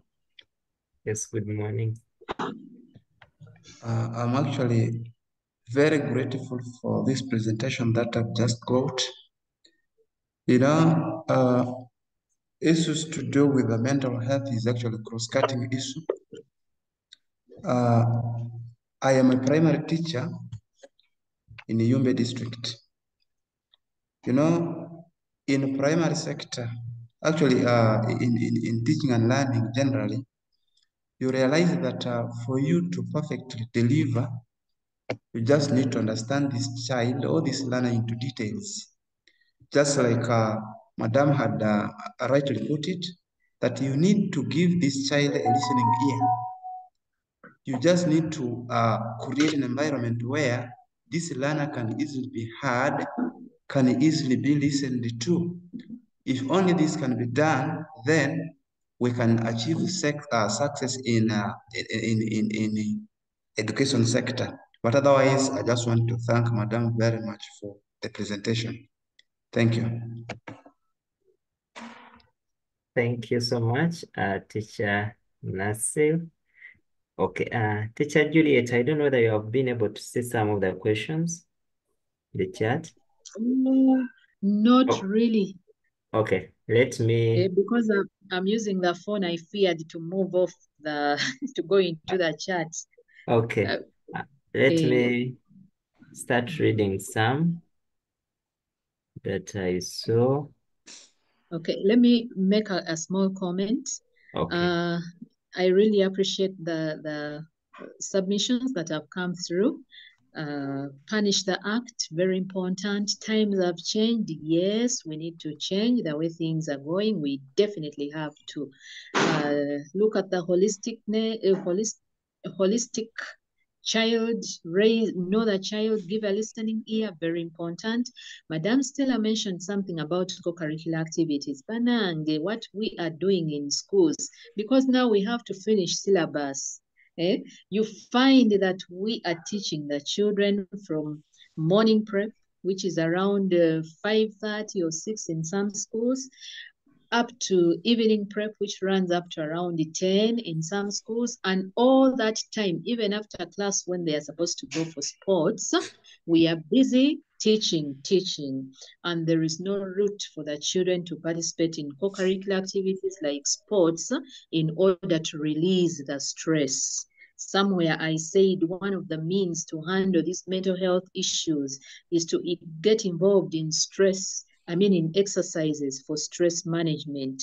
Allow the children to be part of co-curricular activities.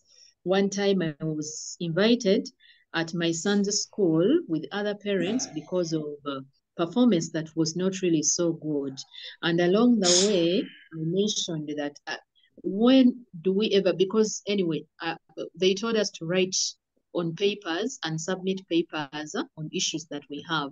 So I wrote a comment, when do these children ever get time for co-curricular activities like sports? They need to be given, even if it is 30 minutes. So when this teacher read it out, everybody burst out laughing. And for them, it was, we are here to look at academics. And then you're talking about sports. I wish I had the ability to stand up and give these people a lecture and to tell them how issues like sports can help to handle the stress management and which can also lead to better performance. The children are not performing well because they are studying 12 hours a day. They are human. Thank you so much. Okay, let me first allow Chaplain to say something. Yes, Chaplain Godfrey.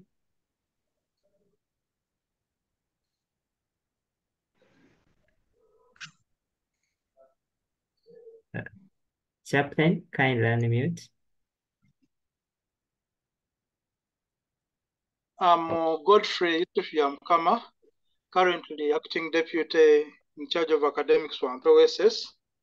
But there's another area I wanted to point out, which also we need to look at in schools. As an example I had in this school this year, at times we also have psychiatric cases, because there are two students, one broke down when he was in H3 the other year, and we met him repeatedly for help to the parent get treatment from Butavika. And another case was actually that one we admitted knowing that she was also in treatment in Butavika. But one of the interventions we had, one of them is even to work with UNEB and make sure that they are given extra time during exams. So those are other cases we need also to look out for. Thank you.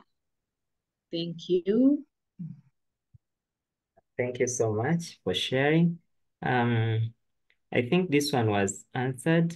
Pamela was asked. Okay. Rosemary.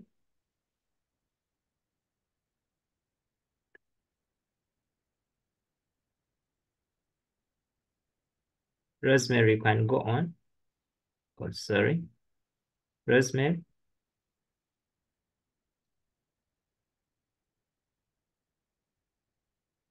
Unmute.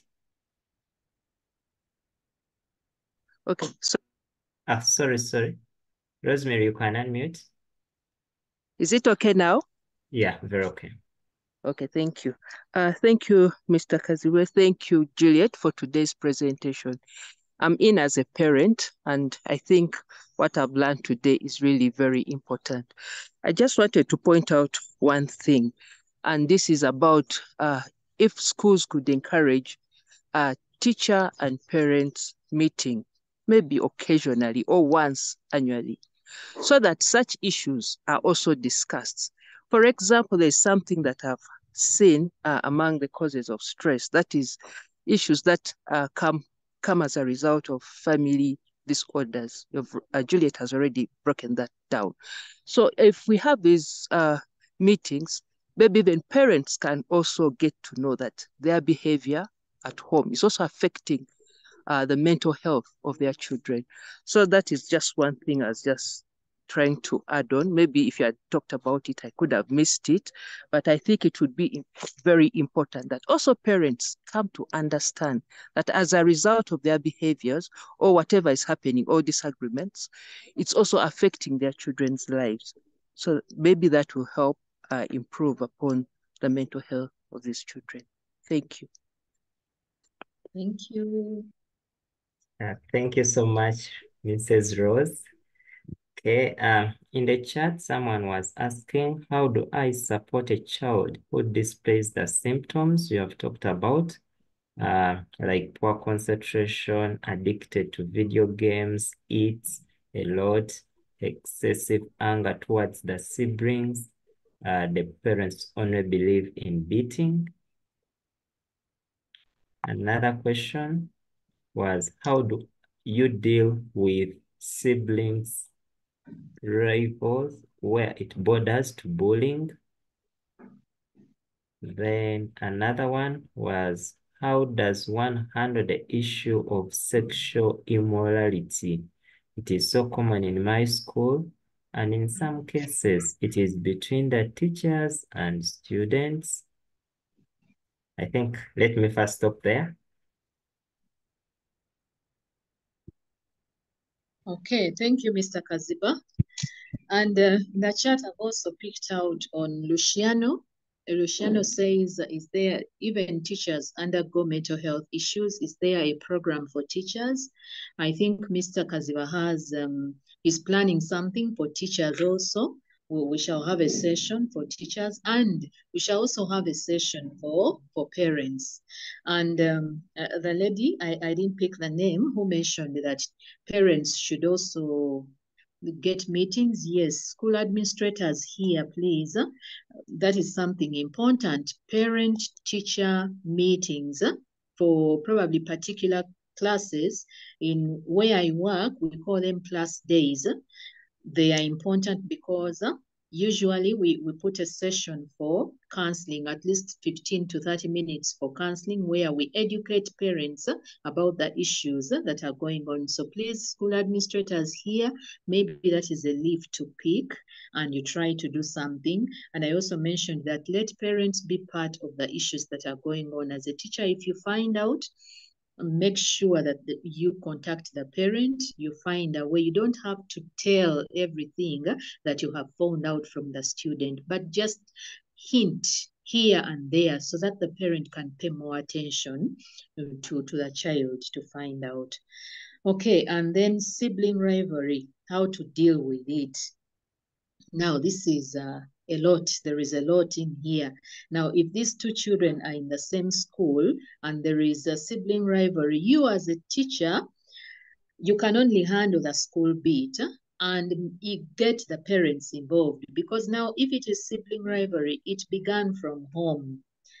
The parents should have noticed, and they have to do something, because sibling rivalry in most cases comes about because the parents are always comparing these two children, not knowing, even if they are twins, you find they have something that makes them different. One twin might be bubbly, the other one might be resilient. So, might be reserved. So we need to pay attention to the individual child, but not a group. Because I have 4 children, then I look at them as a group. Those children are different. That's why they have different names. Otherwise, all of them should have been named Juliet Kavma, Juliet Kavma, Juliet Kavma, because they are sisters, or John Kavma, because they are brothers. But because they are different, that's why we have a Juliet Kavma, we have a Sarah so-and-so, we have an Ida so-and-so, a George so-and-so.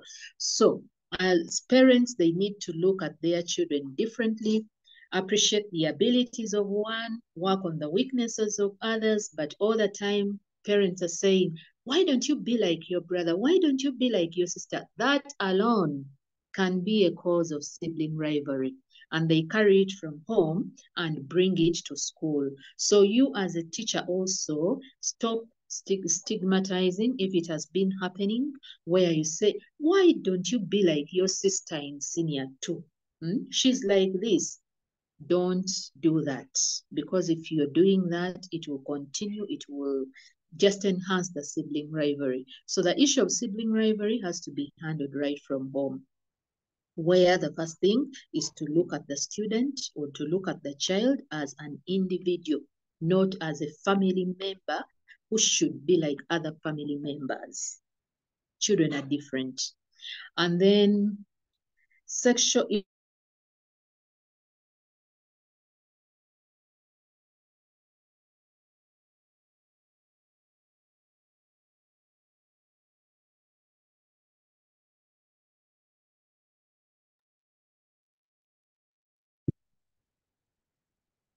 Juliet?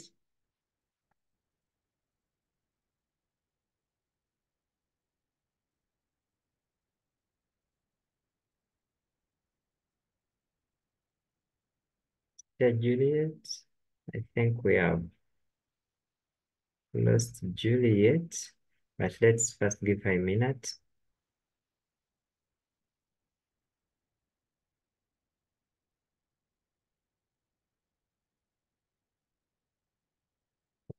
So let's just give her a minute as she comes in.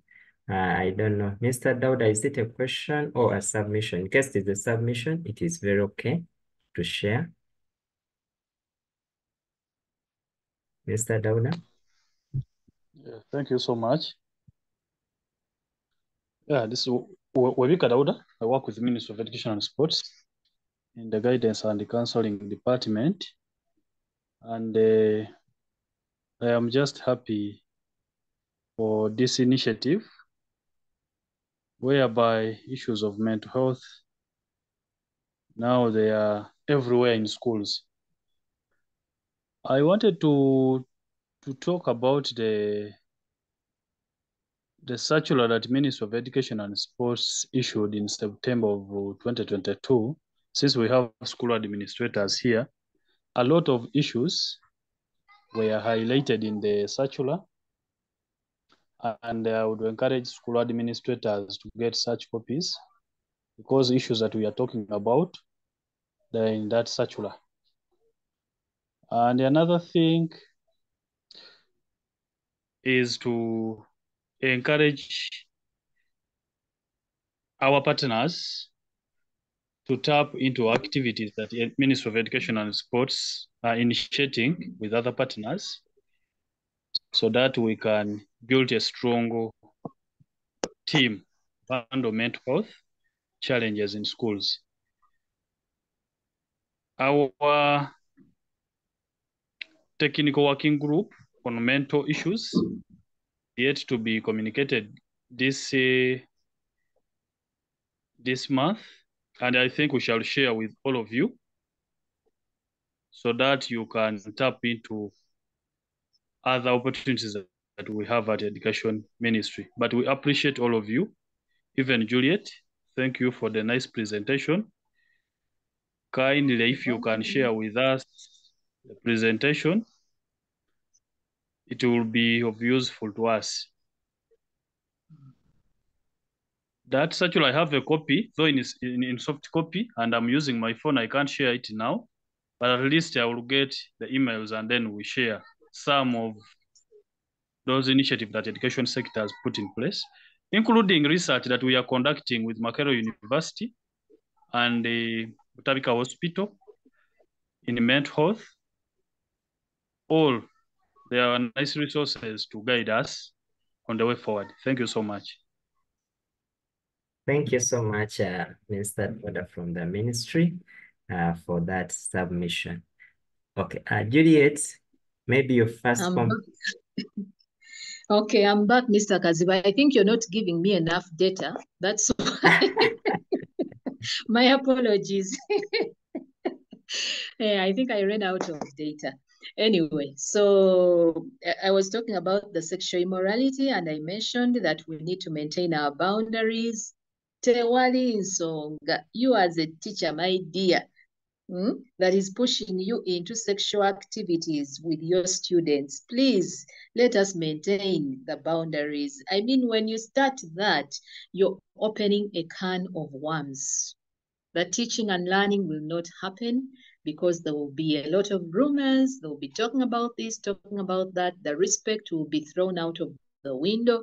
So everything. So what can we do? So somebody asked, what can I do?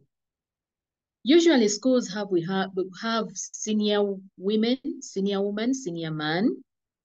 Those people are not only meant to help students, we forget that, but they are also supposed to help teachers. The senior man, just like the title senior man, can help the young teacher who is getting involved, or the senior teacher who is getting involved with his students or with her students. The senior woman can also do the same role. So make use of those people. They can help. And I know that the Ministry of Education also has something, because there is, in that training that we did, there is a full book, there is a full workbook about the role of the senior woman and the senior man in the school, in a school setting. All those things are there. So please let those people help.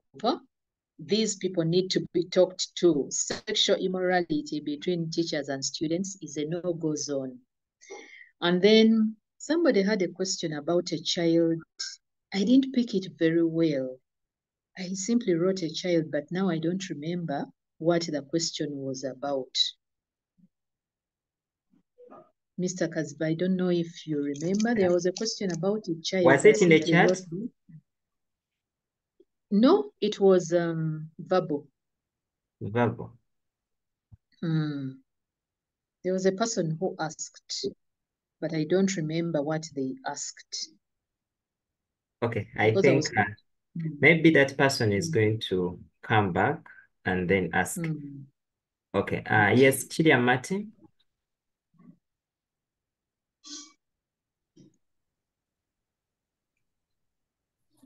Thank you, Mr. Kaziwe. I really appreciate work done by Miss Juliet.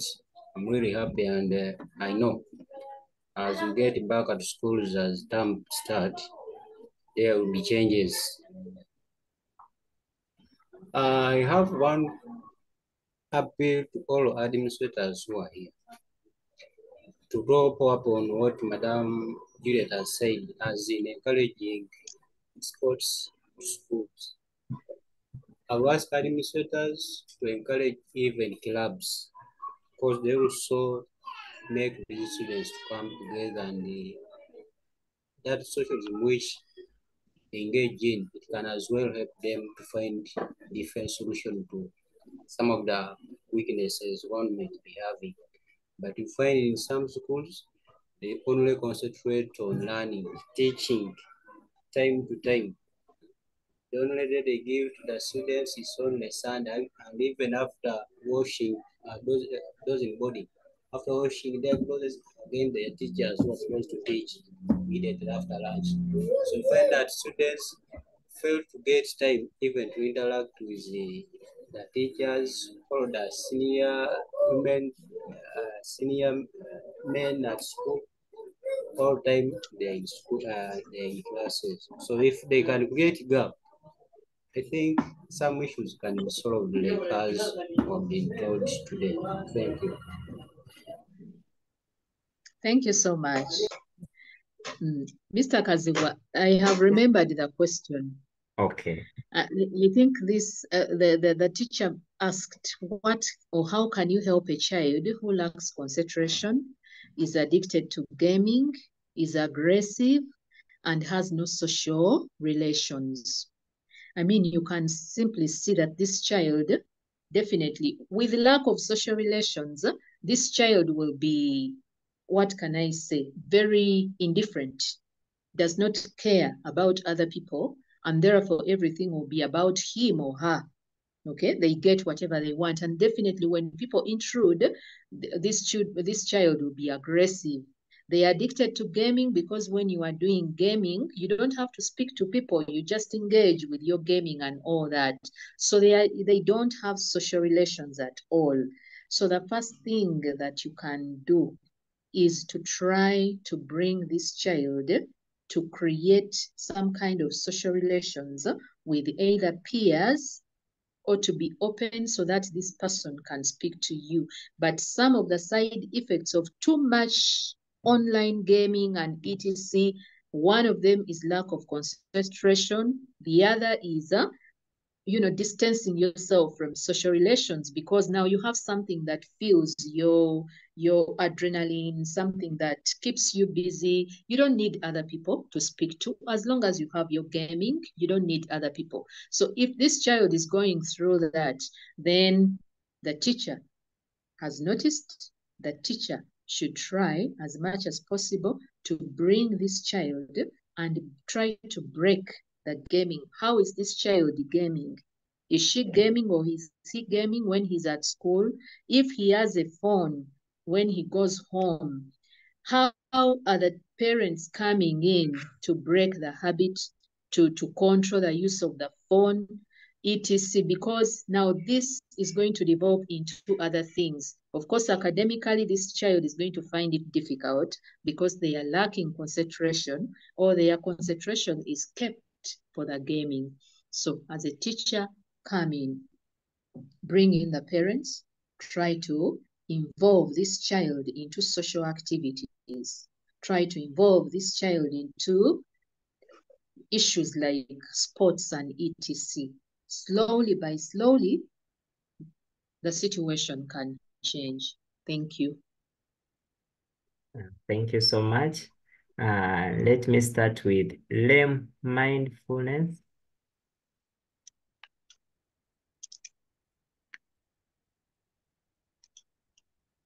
Is LEM mindfulness a name or it's a question? I think it is an organization. Hey.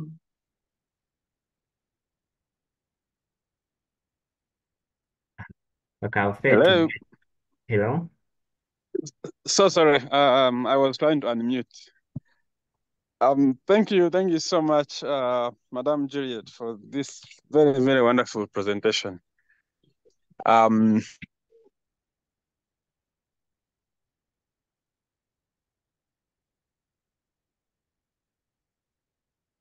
Have we lost the person? It's still on, but maybe it's getting Because, some network issues. okay. Maybe in the meantime, or is Okay, I think we have lost. Let us give Infinix.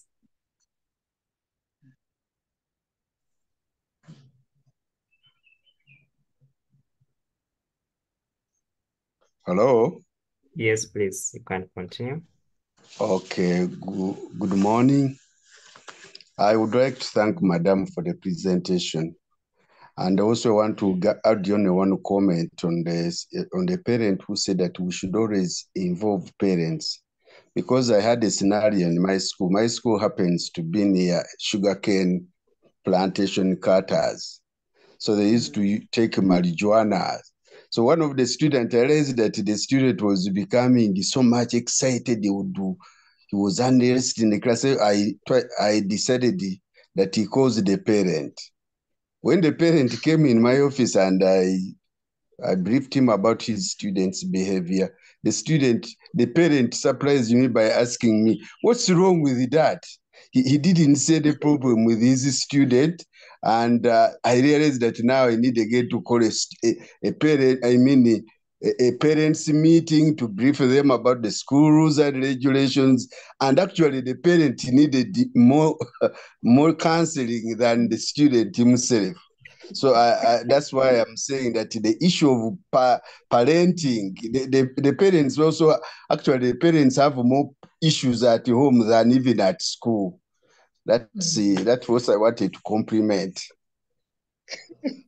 True, true, because I've also run into parents who have told clearly the child has a problem. She comes to you, you start handling, and then along the way you realize the parent has to be brought in, and then later the child comes to you and says, "My mom said, todayo kulaba counselor. Don't see the counselor. Those are things for bazungu." Kakati. We go through such things. We go through such things. But Okay, thank you. where you find the parent has that kind of attitude, it's very good that you realized you needed a meeting for parents, at least for them to know that if they are doing this, at least not on the school premises, and then they get to know also the side effects of what might happen. So if the parent refuses to cooperate, then we help the student when they are at school. That is the best we can do. Thank you very much, Madam. You're welcome. Yes, mentor.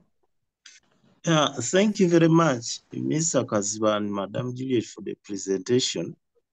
I also like to add a voice to that concerning parents. I had a case with a senior 4 girl that I worked upon, but was really challenging. This girl spent almost 2 terms not concentrating, and she was in senior 4. And she was in the group which was attached to me as a mentor, that group, and I called her to find out what was going on. She narrated the story concerning the dad who had reached the extent of asking her to involve her in a, I may call it, to have sex with her. And the girl refused openly and told him that, "You are dad, I cannot do that." So what the dad told her, "Unless I'm stopping to take care of you, support you with your education in terms of fees and all that requirements." So she got depressed and lost the concentration, asking herself what next. So I called her and we sat. When she narrated the story, I had to involve the administration and we get a way forward. Unfortunately, before we involved the parent to find out whether it was true or no, the parent already got the information that the daughter had informed the school administration. And how did he get the information? There are some friends of the girl who went and told the dad. So when it came to the end of second term, the girl requested us to stay with her because we are purely body. And we discussed as an administration. We allowed her to remain and do some concentration during the holidays. However, we had to contact the parent, but we didn't inform him exactly why the daughter was remaining at school. So the parent accepted that she had no problem. He even sent the support in terms of money that could help this girl to stay in school. The third term opened, we continued, and when we called him to send the school fees and other requirements for term 3 for the daughter, this parent openly told us, yeah, I'm going to help my daughter partly for this term, but I got all the information that she said at school, whatever she informed the administration. So we paused a bit and we did not go into details. As administration, we had to sit and discuss more about it. And when this girl, happily, she sat for her UNEB and finished, but the parent, the dad, told her after her exams not to cross home. Actually, he told her she will only go back home when the dad has passed on. But reason one, that it is because the girl refused to give him sex, and the girl went ahead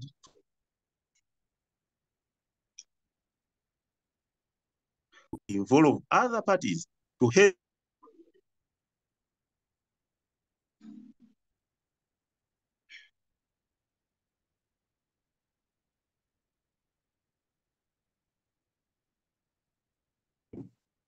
what should we do? Because I tried to make a follow-up to this girl, and truly, she's not there at home. I tried to trace, they are not knowing where she is. So I'd like to question you, Madam Juliet, as a school, because we take her as still, she's still our child. She has not picked the papers because the results are not yet out. She sat last year, 2023. And I know what is going on in her mind. It is a lot because she reached the extent of committing suicide.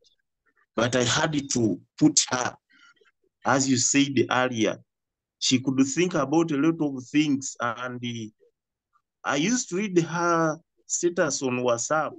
I think she would normally say, I don't see any importance of me staying alive. There is nobody who is concerned about my status, what all those things. And I realized she has negativity in her mind. That's when I came in very fast and called her to sit and discuss all that. So maybe you can guide somewhere to such a scenario. Thank you very much. Okay, thank you so much. Now, it is quite unfortunate, but the truth is we can no longer pretend that issues of incest are far-fetched. We know that these things are happening. We have interacted with some students who might be going through this, and you have just faced the same issue. Now, the parent is not helping in any way. The parent has remained distant because maybe of the shame that happens, the shame he's feeling and all that. The child has disappeared. You don't know where the child is or the girl is. I don't know whether the student is still on WhatsApp that you can still trace that child. So it looks like the issue has come to, can I say, to the peak, because now the child is having suicidal ideation.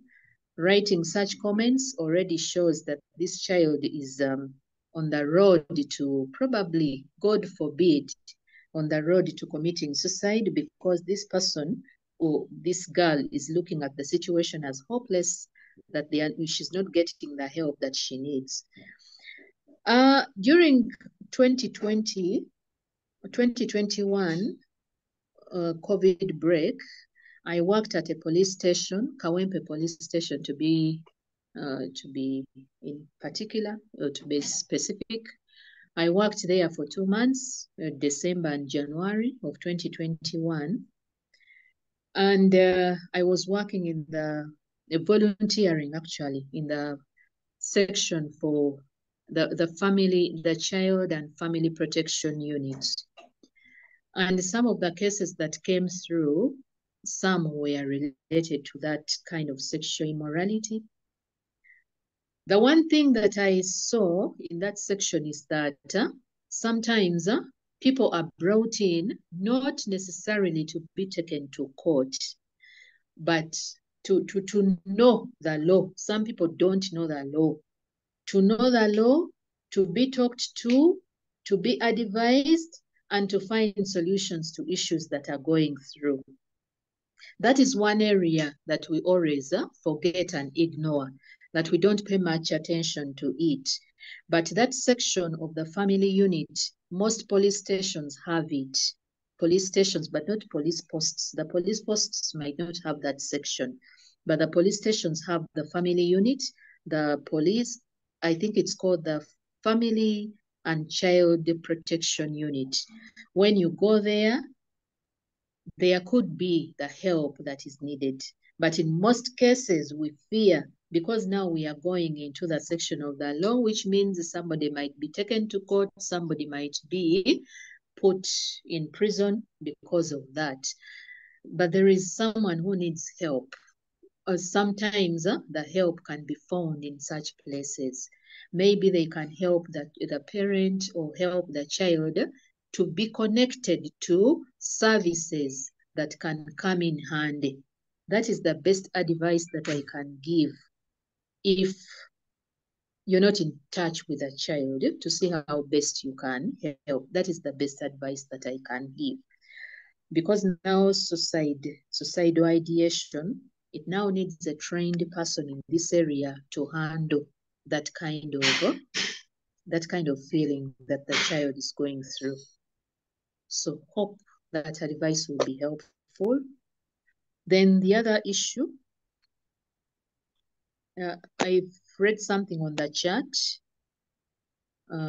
Someone said a teacher who doesn't treat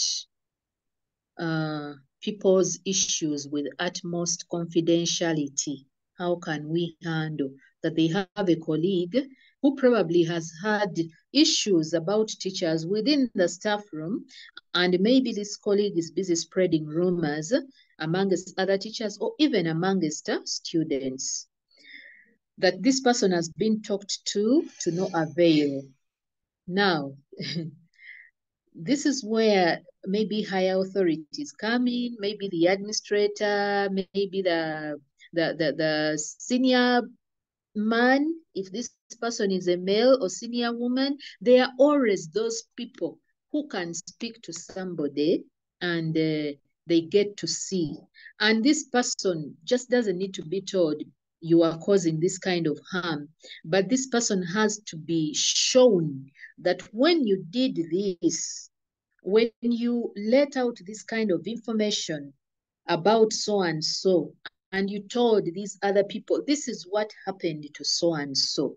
Sometimes when people get to see the gravity of their actions, there could be hope that they can change. Other than that, I don't see much that you can do for this person. If he has been talked to and he takes everything as a joke, he needs to see the gravity of issues. And maybe that is where the issue of contention lies, that this person is not seeing the gravity of his actions. And then there was also another thing I read, another issue, a colleague who is having trouble with relationships with her family, with fellow teachers, with the community.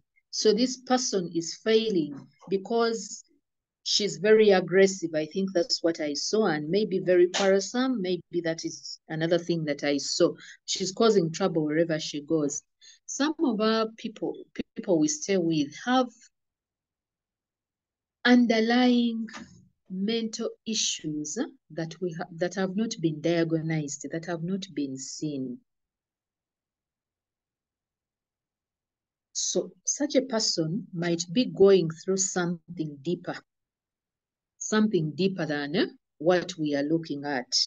For us who see this person, we are looking at this person and saying, oboyo mchala lwaki tasobola to be, to be social with other people. Oboyo omuntu yakula atya, naye nga omuntu oyo has something inside that is bothering that person, that is bothering them. So maybe we need to take a keen interest in what is going on with this person. Now, simply talking and mentioning might not help, because it seems it has been done and it is not helping. There could be an underlying issue that needs to be addressed. It could be a beginning of a mental issue that needs to be addressed. I'm using the word it could be. I'm not saying that person might have, but it could be a beginning of a mental issue. So some of these things, people who are so quarrelsome, people who are unable to make social relationships, some might be going through the beginning of a certain stage of issues because of the too many problems that they are facing. So maybe you can help that person from the perspective of trying to encourage them to seek more help from a professional. Maybe it could be of help somehow. Mr. Kazuma, those are the two that I noticed. Okay, lastly we have Adela.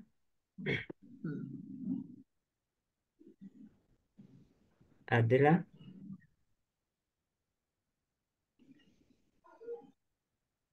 Adela.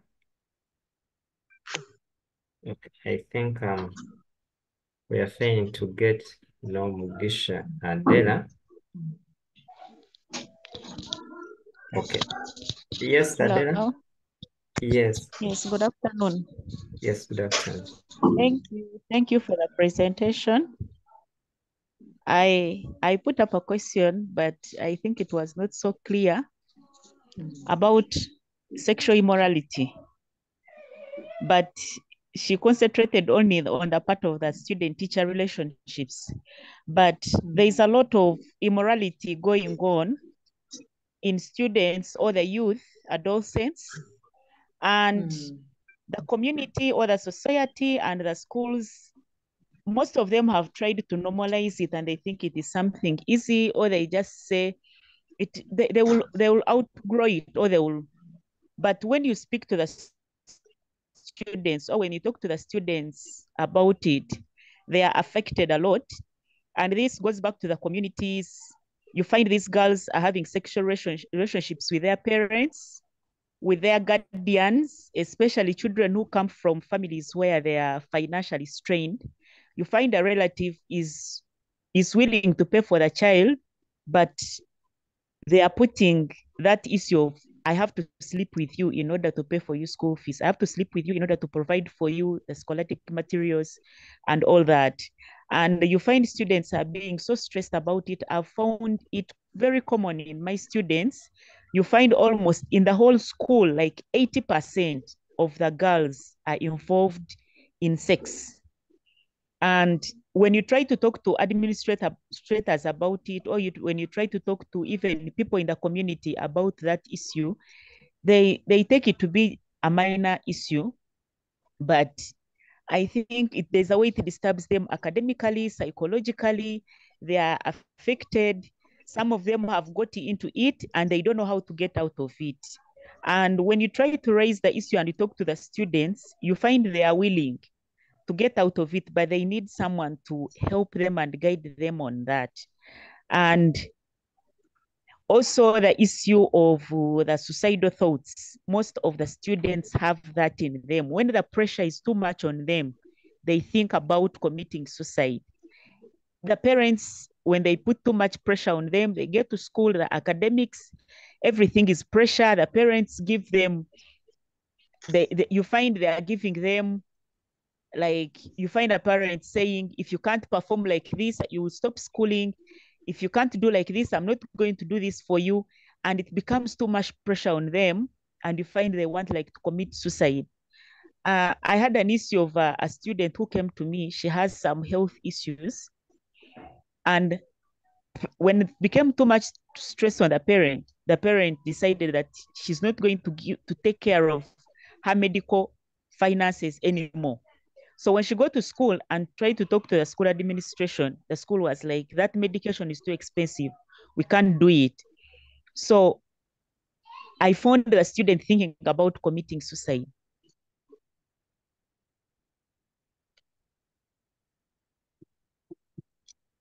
Willing to listen to them.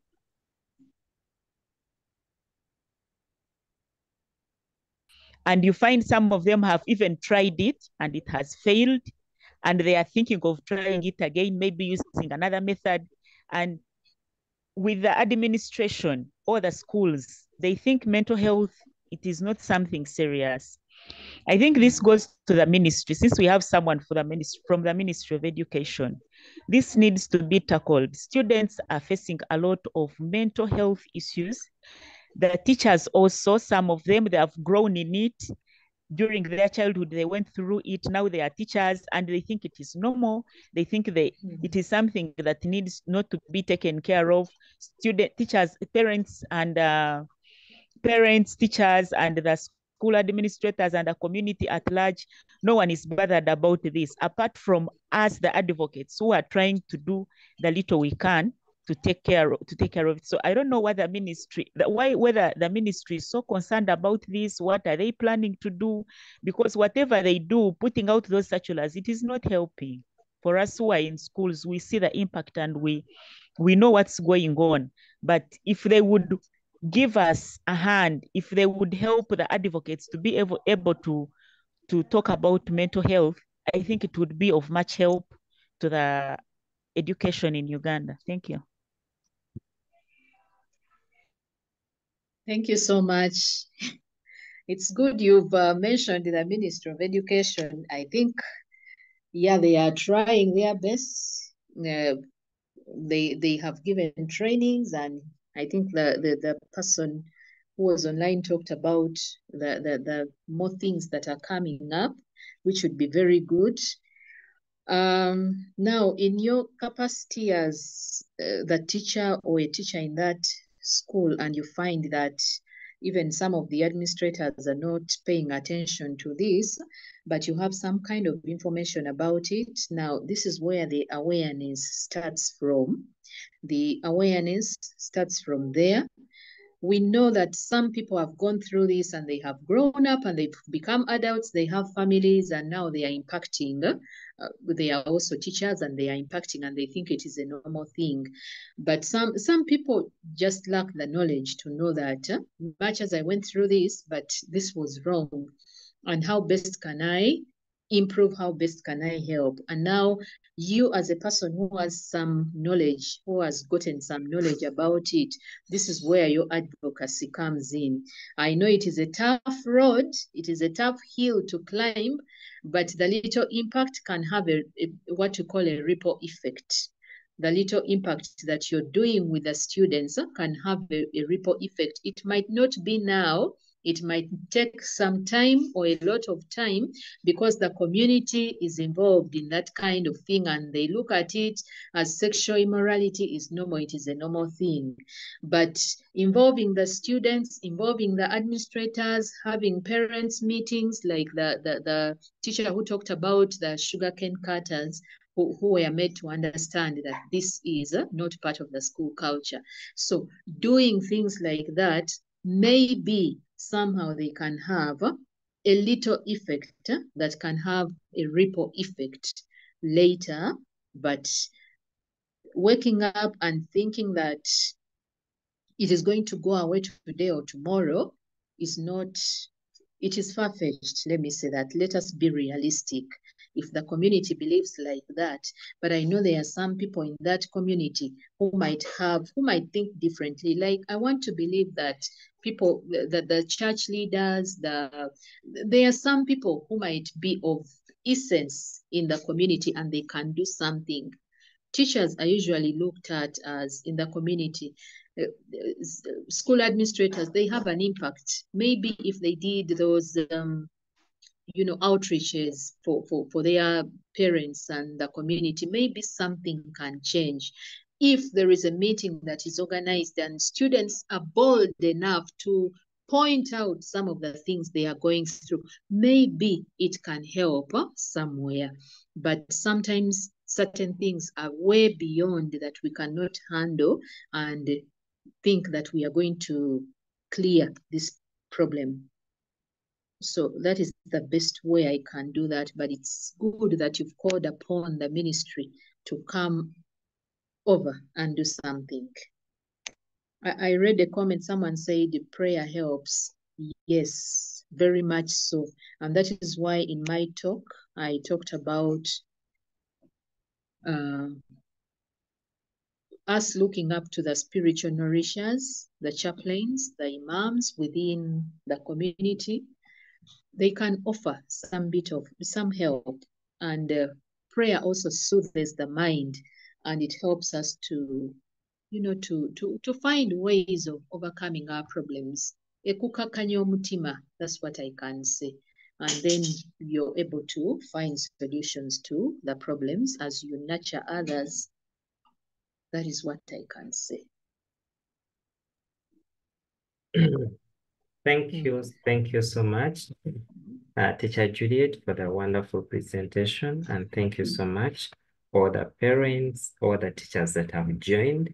There is a lot that we are going to share, but allow me to first share with you the program that we are going to have. We have just started. There is a lot that we are planning, and we want to see that this issue is solved.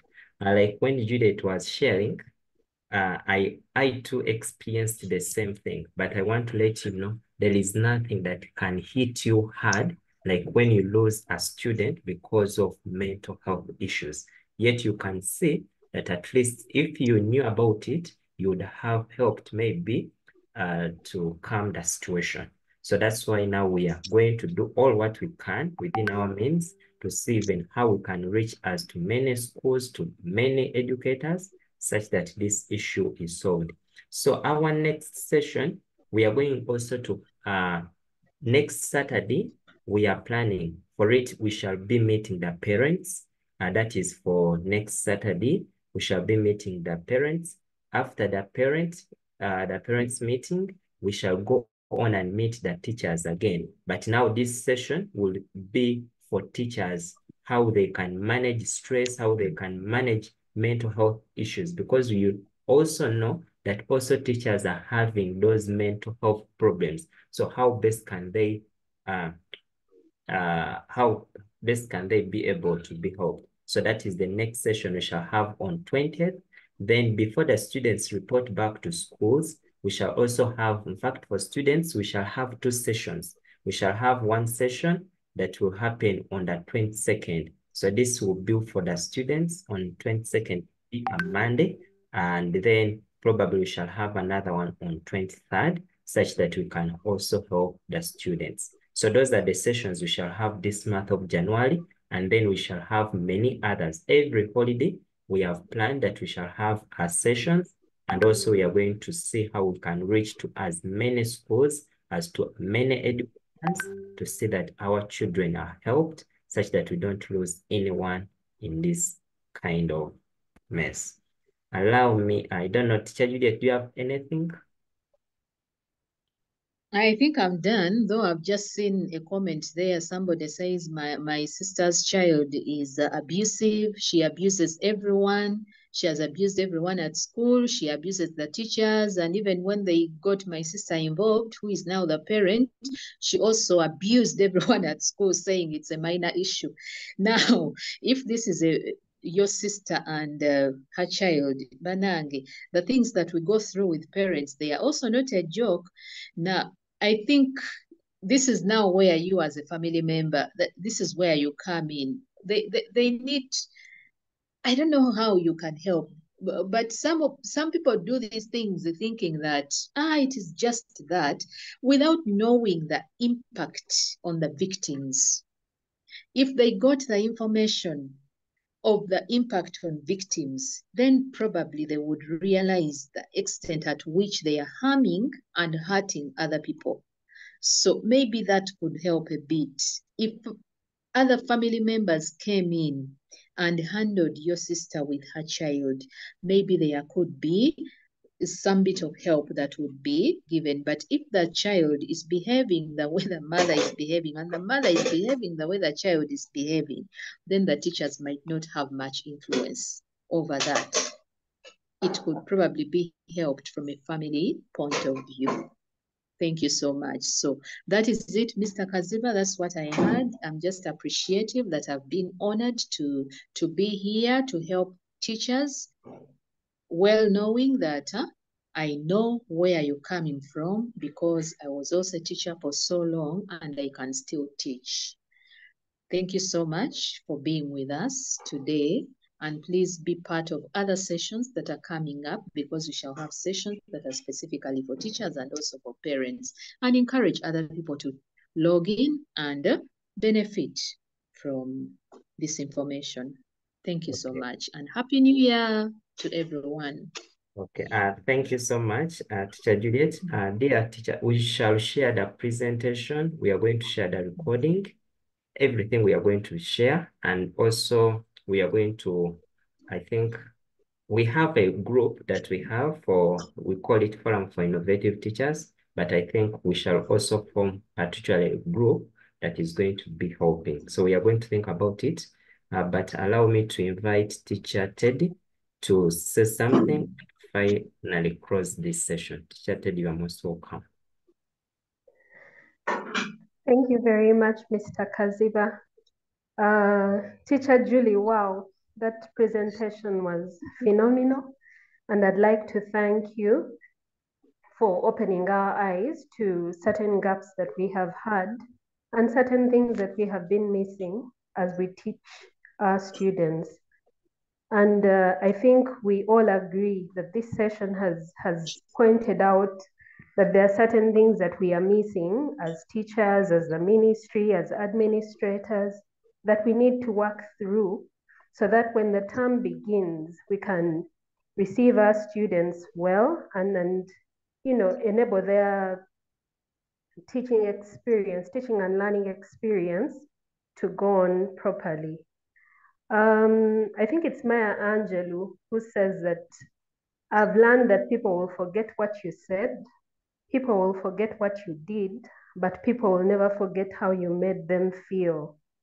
When you look at the mental health issue, it's about how we make people feel so that they can fit in their lives properly and lead them well and things like that. So each one of us has a part to play in caring for those students, especially us teachers, because ours is ear to the ground. We usually have direct connection to the students. So we have a very big role to play in mentoring the students, but also mentoring ourselves as well as our fellow teachers.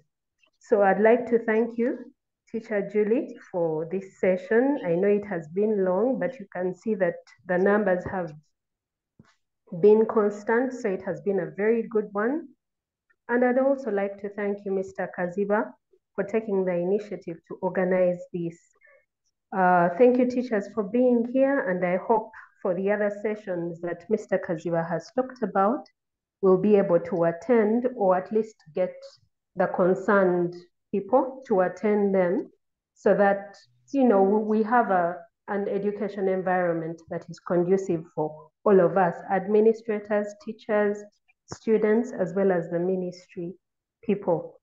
God bless you all, and I hope you've had an enriching Saturday morning. Thank you. Thank you. Bye.